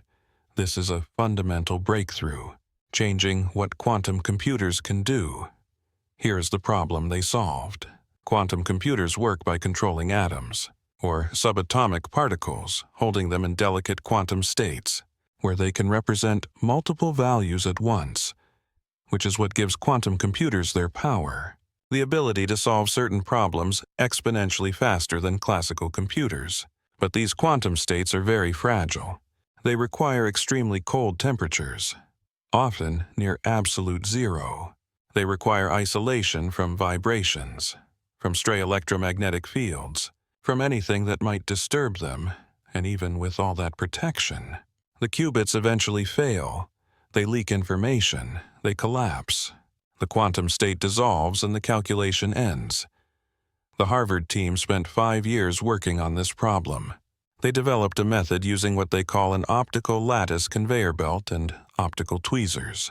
These are tools made from focused laser light that can grab individual atoms and move them with extraordinary precision. The breakthrough was figuring out how to replenish the qubits while the machine is running. As qubits leave the system, new atoms are injected to replace them. The machine can add 300,000 atoms per second, far outpacing the rate of qubit loss. Now, essentially, there's nothing limiting the runtime of these quantum computers. One of the researchers, a man named Tawan, said something remarkable in an interview. "We still have a long way to go to scale up from where we are," he explained. "But the roadmap is now clear. Based on the breakthrough experiments we have done here at Harvard, the roadmap is clear." Those words are meaningful in a field where progress has been uncertain, and timelines have been constantly pushed back. Another collaborator, a physicist from MIT named Vladan Vuletic, was even more specific. Previously, he said, it was believed that continuously running quantum computers were at least 5 years away. Now it seems much closer. In the 2 to 3 year horizon, think about what that means. Within 2 to 3 years, we could have quantum computers that operate like the classical computers we use every day. Not machines that run for a few seconds and then have to be restarted, but are machines that are always on, accumulating results that can solve problems, requiring long-term, sustained computation, with implications spreading across dozens of fields. Drug discovery, where quantum computers can simulate molecular interactions that are impossible to calculate with classical methods. Cryptography, where they could break the encryption systems that protect global communications. Artificial intelligence, where they could optimize neural networks in ways we currently cannot achieve. materials science, financial modeling, climate forecasting, any field where complexity is beyond the reach of traditional computers. But there is another layer to this story. Google also made news in the quantum world recently by using a 58-qubit quantum computer to create and observe something called a Foucault topological state, a phase of matter that had been theorized, but never before seen. It only exists when a quantum system is rhythmically driven, periodically, creating a non-equilibrium state that cannot be captured by traditional physics. They observed strange particles transforming in real time, confirming theories about how matter behaves when pushed far from equilibrium. These are the kinds of experiments that quantum computers enable, not just faster calculations, but entirely new ways to explore physics itself. Chapter 13. Fat talks to your brain. There is something happening inside your body right now that scientists are only just discovering. Your adipose tissue, the cushioning that surrounds your organs and stores energy, is not just sitting there, it is talking, not with words, obviously, but with chemical messages. Tiny membrane-wrapped packages traveling through your bloodstream. These packages are called extracellular vesicles, and they carry cargo lipids, proteins, molecular instructions. They slip through the walls of your blood vessels. They cross barriers that most molecules cannot penetrate. And some of them, researchers have now shown, make the journey all the way into your brain. A team at Houston Methodist, led by a scientist named Stephen Wong, published their findings on October 3, 2025. They collected samples of adipose tissue from lean and obese individuals, isolated the vesicles that these tissues released, and examined what was inside. The lipid cargo was different, specifically the fat molecules. There are more molecules in the vesicles from obese people with names like lysophosphatidyl-choline and sphingomyelin. Then, they did something clever. They exposed these vesicles to amyloid beta peptides, the proteins that form the sticky plaques found in the brains of Alzheimer's patients. The vesicles from the tissue of obese individuals made the proteins aggregate faster, significantly faster. The lipids they carried accelerated the aggregation, the very process thought to drive neurodegeneration. This was not a correlation. This was a mechanism. The researchers had shown that fat tissue can send signals directly to the brain, and those signals can change the rate at which the hallmark pathology of Alzheimer's disease forms. Obesity had been known as a risk factor for Alzheimer's for many years, but the link had always been vague, indirect, mediated through things like inflammation or insulin resistance. This study drew a straight line. Fat tissue releases vesicles. The vesicles cross the blood-brain barrier. The vesicles carry lipids that promote plaque formation. It is a pathway, a biological circuit connecting the body's energy storage with the brain's most devastating disease. At almost the same time, another group at Purdue University published related findings. They were looking inside the brain itself, at cells called microglia, the immune cells that are supposed to protect neurons. In a healthy brain, microglia are constantly patrolling, cleaning up debris, fighting infections, and maintaining balance. But in the brain of a person with Alzheimer's, the microglia closest to the amyloid plaques are different. They are swollen, filled with lipid droplets, fat that has accumulated inside the cells themselves. The researchers, led by a professor named Gareth Howell, discovered that these fat-laden microglia could not perform their jobs. They could not clear the plaques. They could not protect the neurons. Essentially, they were paralyzed by their own lipid burden. The team traced the biochemical pathway for when microglia encounter plaques and inflammation. They begin to produce free fatty acids. Normally, they would use them as fuel, but in the disease state, something goes wrong. An enzyme called DGAT2 converts the free fatty acids into triacylglycerols. Glycerol, a form of stored fat. and it does this in large quantities, to the point that the microglia become overloaded. Lipid droplets accumulate. The cells cannot move. They cannot function. Cobra described these accumulations as lipid plaques, a term that echoes the amyloid plaques everyone has focused on, but represents a different problem. A parallel pathology that has been overlooked for over 100 years. This was the turning point. The researchers tested two molecules. One molecule blocked DG8, and another promoted its breakdown. The breakdown method was effective.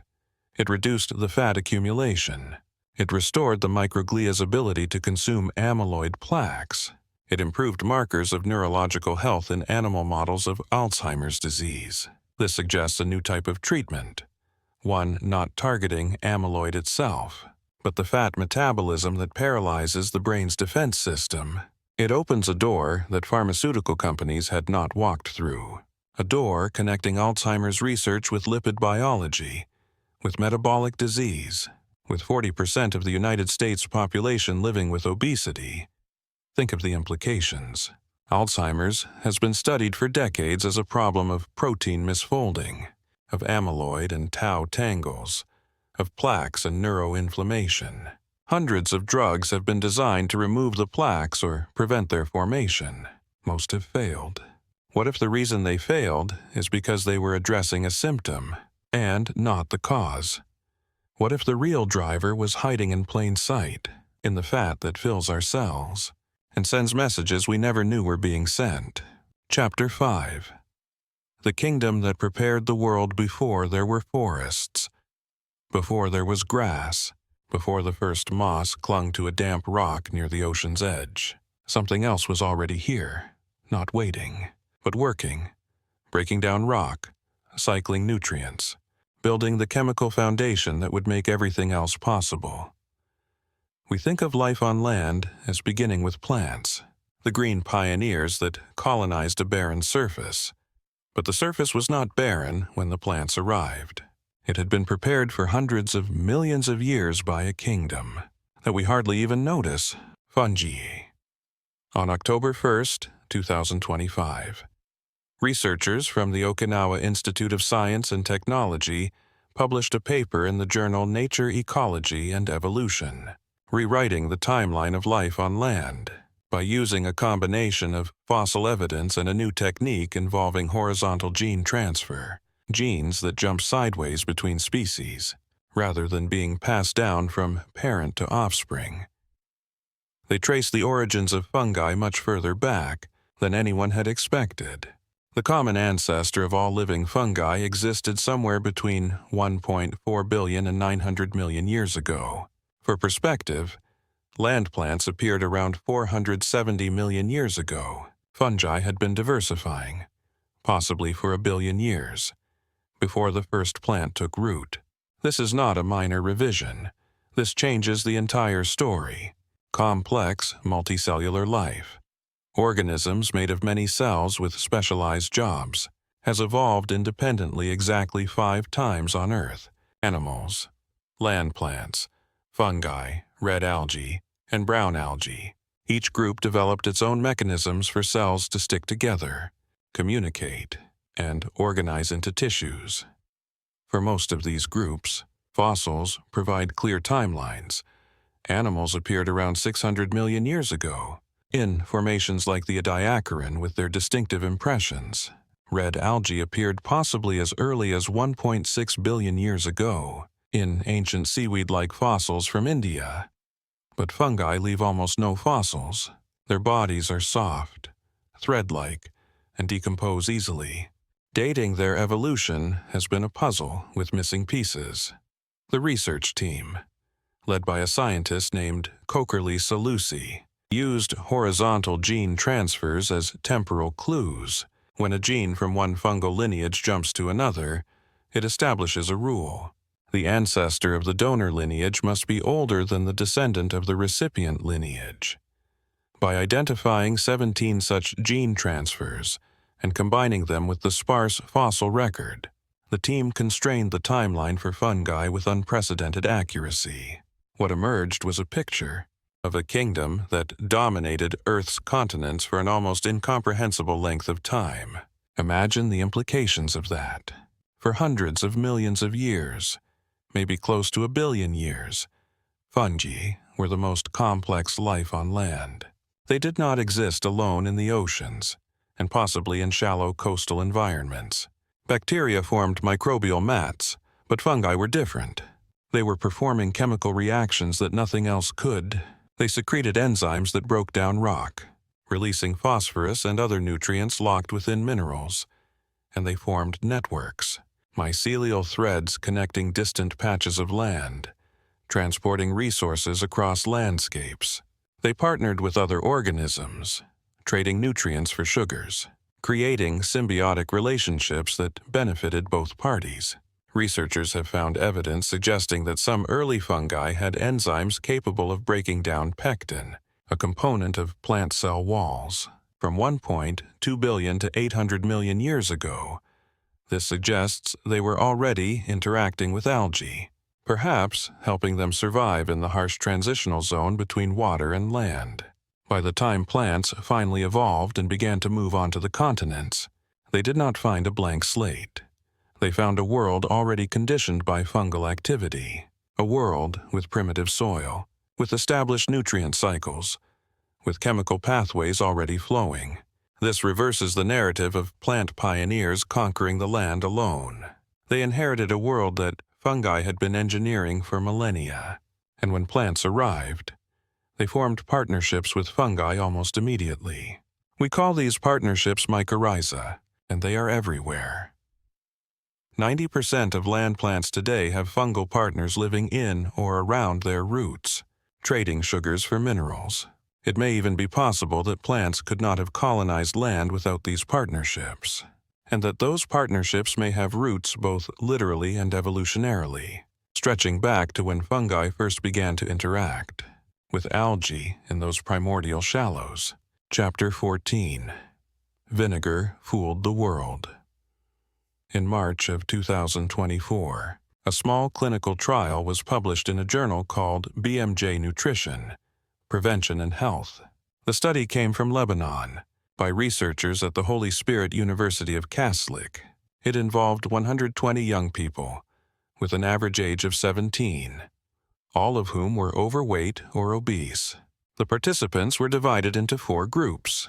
3 of the groups drank apple cider vinegar each morning in doses of 5, 10, or 15 milliliters, mixed with water and taken before a meal. The 4th group received a placebo, a sham vinegar that looked and tasted similar but lacked the active ingredient, acetic acid. The trial lasted for 12 weeks. The results, according to the published paper, were remarkable. The vinegar drinkers lost weight, not just a little, but an average of 6 to 8 kilograms, with those on the highest dose seeing the greatest reduction. Their body mass index dropped, and their waist and hip measurements shrank. Their blood glucose, triglycerides, and cholesterol all improved. The paper suggested that apple cider vinegar slows gastric emptying, promoting a feeling of fullness and reducing appetite. It presented charts and statistical analyses showing clear, significant differences between the vinegar groups and the placebo group. The journal published the study along with a press release. Media outlets around the world picked up the story, with headlines proclaiming a simple solution, an inexpensive solution for obesity. Apple cider vinegar, a common kitchen staple, was suddenly positioned as a weight loss miracle. The study went viral, and articles multiplied. Social media influencers began promoting daily vinegar shots. The apple cider vinegar market, already valued at over $1 billion, received a new surge of interest. People cited the study in forums, in blog posts, and in conversations with friends. It had the weight of peer-reviewed science behind it. Published in a journal affiliated with the BMJ Group, a reputable name in medical publishing. But some researchers were skeptical from the start.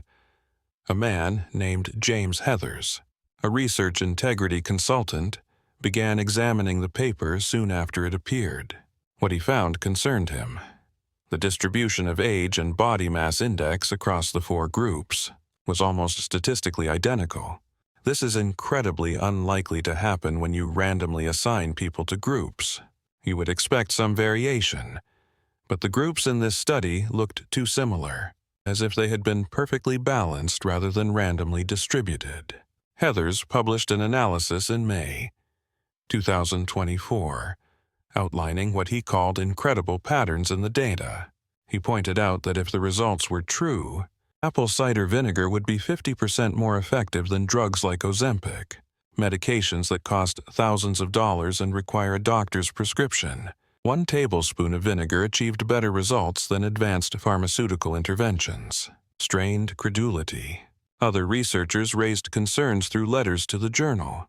The study had not been pre-registered, a requirement under the BMJ Group's editorial policy, designed to prevent selective reporting of results and unclear statistical methods. Attempts to replicate the analyses from the published data had failed. The BMJ Group's content integrity team launched an investigation. They sent the paper to independent statisticians, asking them to assess its credibility and attempt to reproduce the findings. But the statisticians could not. They identified numerous analytical errors, and they found irregularities in the data set, suggesting the underlying data needed independent review, as the raw numbers did not add up. On September 23, 2025, 18 months after its initial publication, the journal retracted the paper, and the retraction notice was blunt. The results were not reliable. Multiple errors had been identified, and the data could not be verified. The authors in their response stated the errors were honest mistakes and agreed with the decision to retract. But the damage had been done over a year and a half. The study was cited as evidence. It appeared in systematic reviews and meta-analyses that pool results from multiple studies to draw broader conclusions. One such review, published just before the retraction, had relied in part on the invalid data to suggest that apple cider vinegar could help with weight management. That review is now compromised, built on a foundation that included fabricated or deeply flawed results. An editor at the BMJ Group, a woman named Helen McDonald, issued a public statement. While it may be tempting to tell readers about a seemingly simple and helpful weight loss aid, the results of this study are currently unreliable, and journalists and others should not reference or use the results of this study in any future reporting. But how many articles remain online uncorrected, still citing the retracted study? How many people have changed their behavior based on information that turned out to be false? Chapter 7. The Moon's Divided Heart. Our moon has 2 faces, and they are not alike. Anyone with a telescope can see this. The near side, the face that always points toward Earth, is covered in dark patches called Maria, ancient lava plains that filled impact basins billions of years ago. The far side is hidden from our view until spacecraft flew around to the back. It looked completely different. Fewer Maria, more craters, a landscape that seems older, less processed by volcanic activity over many eons. This asymmetry has puzzled planetary scientists. Why is one hemisphere of the moon so different from the other? They are part of the same celestial body, formed from the same material, shaped by the same cosmic history, or so we thought. On October 3, 2025, researchers published an analysis of lunar samples collected from the far side by China's Chang'e 6 mission.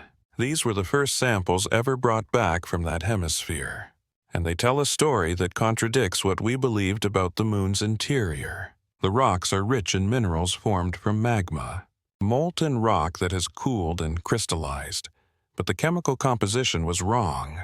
The samples contained fewer heat-producing elements, fewer radioactive isotopes of potassium, thorium, and uranium than rocks from the near side. This is important, because those elements are what keep a planet's interior hot. They decay over billions of years, releasing energy that can drive volcanic activity, which can melt rock and cause it to flow to the surface. The researchers concluded that the far side was formed from cooler magma, not just slightly cooler, but significantly cooler, which suggests the moon's interior is not uniform. It is not a simple layered sphere with a symmetrically arranged crust, mantle, and core. There is an asymmetry built into its deep structure. The difference in composition and temperature between the near and far sides dates back to the moon's formation. The leading theory about how the moon, its formation is linked to a giant impact. Early in Earth's history, about 4.5 billion years ago, a Mars-sized object collided with our planet. The impact was so violent that it vaporized rock, creating a disk of debris in orbit around Earth. That debris coalesced, pulled together by gravity, forming the moon. But this process was not smooth or uniform. The moon was likely molten at first, a ball of magma that cooled over millions of years. As it cooled, denser minerals sank, and lighter ones rose, forming layers. New findings suggest this process happened differently on the two hemispheres. Perhaps the near side, facing Earth, received more heat from tidal forces, from the gravitational pull of our much larger planet, flexing and heating its interior. Or perhaps the distribution of radioactive elements was uneven from the start, concentrated more on one side, whatever the cause. The result was a moon with a divided heart. This is important not just for lunar geology. It tells us something about how rocky bodies form and evolve. We tend to assume symmetry, modeling planets and moons as spheres with uniform layers. But if the moon, which is relatively small and simple compared to a planet, can have such a profound internal asymmetry, what does that mean for other worlds? Mars has hemispheres that look completely different. The northern lowlands are smooth and flat, while the southern highlands are ancient and heavily cratered. Could Mars also have an asymmetric interior, with a different thermal history on each side? What about exoplanets? The thousands of worlds we have discovered orbiting other stars. We cannot see their interiors, but if asymmetry is common, our models could be fundamentally wrong. The samples also reveal something else. They confirm that volcanism on the far side ended earlier than on the near side. With fewer heat-producing elements, the far side could not sustain volcanism for as long. It fell silent while the near side was still erupting, still filling basins with lava. This creates a kind of geological record, a timeline written in stone, showing how the moon's heat budget has waned over billions of years. By studying these samples, researchers can constrain models of planetary cooling, or how long it takes for a frozen world on the inside to become geologically dead. Chapter 15. The Ice Shell. Hiding an ocean. Saturn has tens of moons, but one of them keeps drawing scientists back, constantly making headlines, repeatedly suggesting that we might not be alone. Even in our own solar system, Enceladus, a small world only about 500 kilometers wide, is encased in ice so bright that it reflects almost all of the sunlight that hits it. From a distance, it looks pristine, icy, dead. But in 2005, the Cassini spacecraft flew close enough to see what was really happening. Enceladus was not dead. It was erupting from fissures near its south pole, plumes of water vapor and giant ice particles shooting into space, geysers hundreds of kilometers high above the surface. These were not infrequent events. They were constant, relentless, fed by something beneath the ice and ocean. A global liquid ocean, tens of kilometers deep, lying beneath a thick ice shell perhaps 20 to 30 kilometers thick. The ocean is kept liquid by tidal heating, the same kind of gravitational flexing that keeps Jupiter's moon Io volcanically active. Saturn's gravity squeezes and stretches Enceladus as it orbits, creating friction inside the moon, generating heat, melting the ice that should be frozen solid. Cassini flew through the plumes. It tasted them, analyzing their chemical composition with its onboard instruments.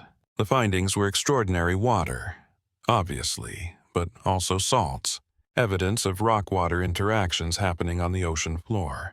Silica grains, tiny particles of silicon dioxide that form when hot water interacts with rock at temperatures above 90 degrees, and organic molecules, simple ones at first, methane, carbon dioxide, carbon-bearing compounds but not necessarily indicative of life.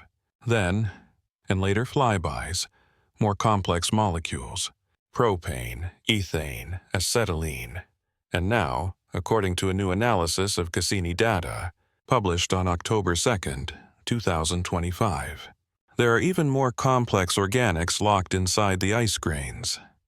Researchers reanalyzed data that Cassini collected years ago, applying new techniques and models to extract information not visible in the initial studies.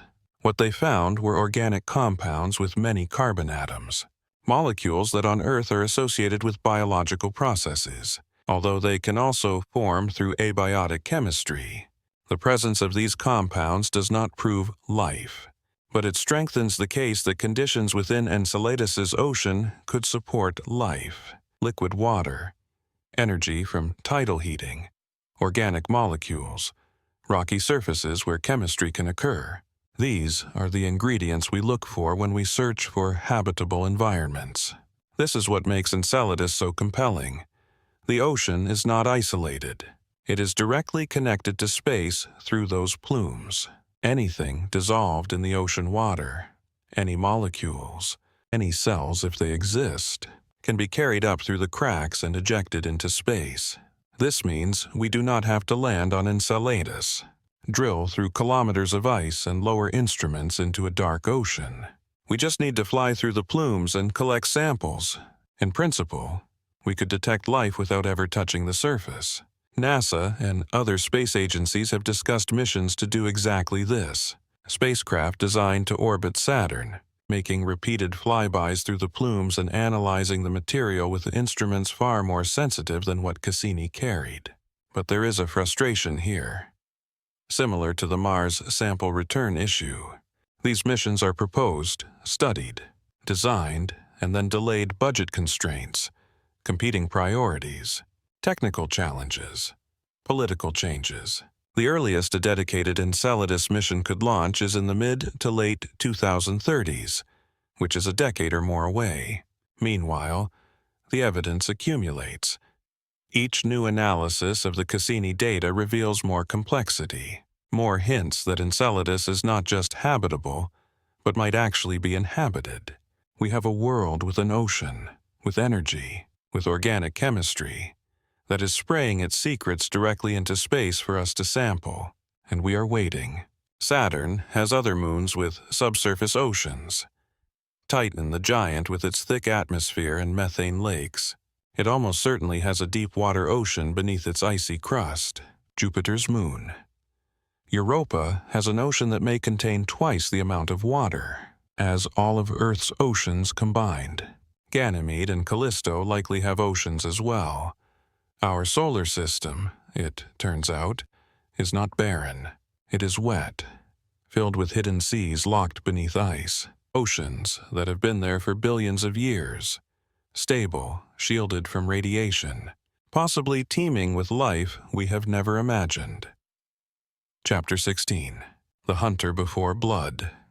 When you think of a leech, you might picture something unpleasant, a dark, slug-like creature that latches onto skin, drinks blood, and leaves a wound that bleeds longer than usual because of the anticoagulants in the leech's saliva.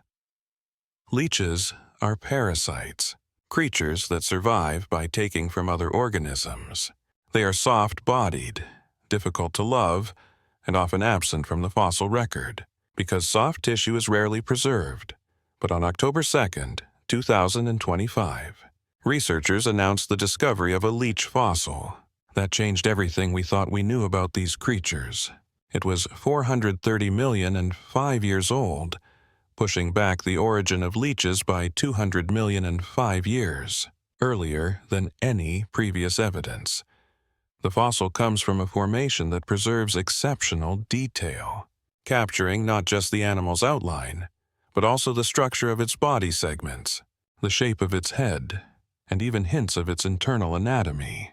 What shocked paleontologists was not just its age, but what the fossil revealed about leeches before they became parasites. This ancient leech was not a bloodsucker. It was a hunter, an active predator with a set of jaws, and a body built for moving in open water. It lived in the ocean, not in the freshwater ponds or terrestrial environments where modern leeches are found. It was, in every sense, a different kind of animal from the leeches we know today. Modern leeches belong to a group called Hirudinea, within the larger phylum Annelida, the segmented worms. They are closely related to earthworms and marine polycate worms, all sharing a common ancestor. Body plan is built from repeating segments, but leeches have lost the stiff bristles that other annelids use for grip. Instead, they evolved suckers, one at each end of the body, and a flexible muscular form that allows them to move along surfaces or swim with undulating waves.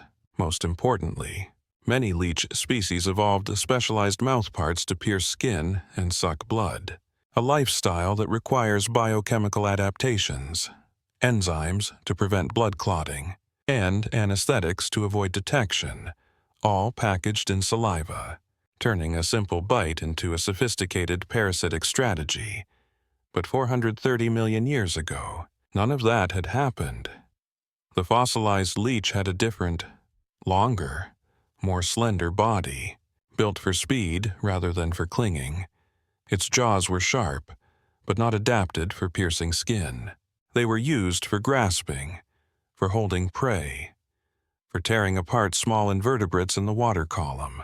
This was a carnivore, an actively swimming ocean predator that hunted other animals. The researchers who studied the fossil, publishing their findings in a peer-reviewed journal, described it as a window into a lost world, a time when leeches were not the parasites we despise, but rightful hunters in marine ecosystems. This discovery forces a rethinking of leech evolution. The parasitic lifestyle, the blood-sucking behavior came later. It was not the ancestral condition. Somewhere in the intervening millions of years, some predatory leech lineages changed their strategy. Perhaps they started scavenging on dead animals, feeding on wounds. Perhaps they shifted to opportunistically feeding on living animals, taking a small amount of blood when the opportunity arose. Over time, those opportunists became specialists, perfecting their mouthparts, saliva, and behavior until they became the obligate parasites we see today. But the fossil shows leeches started as something completely different, and it raises a question. Are there still predatory leeches out there, undiscovered lineages, that never switched to a parasitic lifestyle? The ocean is vast and little explored. We have better maps of the surface of Mars than of the deep seabed. New species are discovered constantly. Strange worms and bizarre invertebrates that do not fit with existing species. It is entirely possible that somewhere in the deep ocean, in a trench or a canyon that we have never visited, there are leeches still hunting, still living the way their ancestors did 430 million years ago. Fossils are a reminder that evolution is not a straight line, not a march towards complexity or improvement. It is a branching tree with diverging lineages, experiencing successes and extinctions, each lineage adapting to its environment and the available opportunities. Chapter 17. How Words Rewrite Reality. There is a type of manipulation so subtle, so insidious, that the victim does not realize it is happening until their grasp on reality has been shaken. It has a name: gaslighting. The term comes from a 1938 play, and later a film, in which a husband systematically manipulates his wife into doubting her own perception, her own memory, her own sanity. He dims the gas lights in their home and then insists they have not changed. He hides objects and claims she misplaced them. He contradicts her memories until she no longer trusts herself. The play was fictional, but the phenomenon it depicts is devastatingly real. On October 2nd, 2025, Researchers at McGill University and the University of Toronto published findings that redefine gaslighting not as simple deception, but as a learning process rooted in how our brains process conflicting information. The study, published in a peer-reviewed neuroscience journal, described gaslighting as a form of misaligned associative learning, where repeated exposure to misinformation from a trusted source can overwrite direct sensory experience. Your brain, they explained, is constantly trying to build a model of the world, a mental representation that predicts what will happen next. This model is updated based on two streams of information: what you perceive directly through your senses and what you learn from others, especially those you trust. Under normal circumstances, these two streams complement each other. You see a red apple. Someone tells you it is a red apple. The information matches, and your model is reinforced. But gaslighting creates a conflict. You see a red apple. Someone you trust tells you it's green. Now your brain has a problem. It has to decide which source of information carries more weight.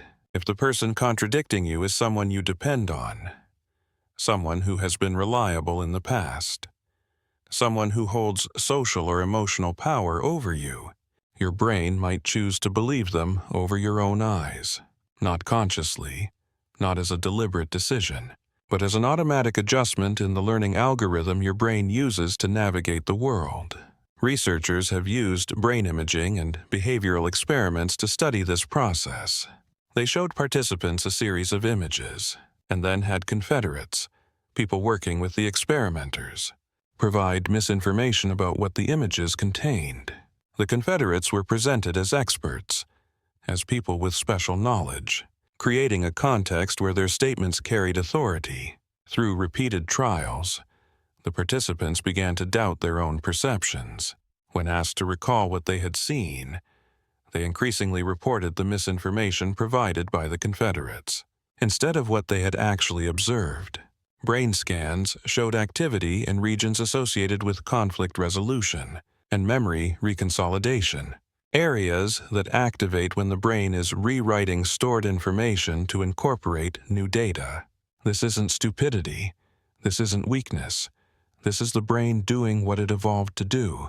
It's learning from others. Humans are social animals. We survive by sharing information, by trusting in the knowledge of the group. If everyone in your group tells you that a certain plant is poisonous, you don't need to eat it yourself to find out. You trust them, and that trust keeps you alive. But this very mechanism, this system of social learning, can be weaponized. If someone in a position of power over you repeatedly contradicts your experience, your brain may start to prioritize their version of events over your own memory. You start to doubt yourself. You question your perceptions. You feel confused, disoriented, as if you're losing your grip on reality. And in a sense, you are. Your internal model of the world is being rewritten by the words of someone else. The implications are profound. Gaslighting is not just psychological abuse in an abstract sense. It is a direct manipulation of neural processes, an exploitation of how the brain learns and remembers. Researchers emphasize that understanding this mechanism is the first step to defending yourself against it. If you know that your brain is vulnerable to authoritative contradictions, you can build defenses. You can keep records, write things down, take photos, create external anchors for your memory that cannot be erased by someone else's insistence. You can seek validation from multiple sources. Check your perceptions with people outside of the manipulative relationship.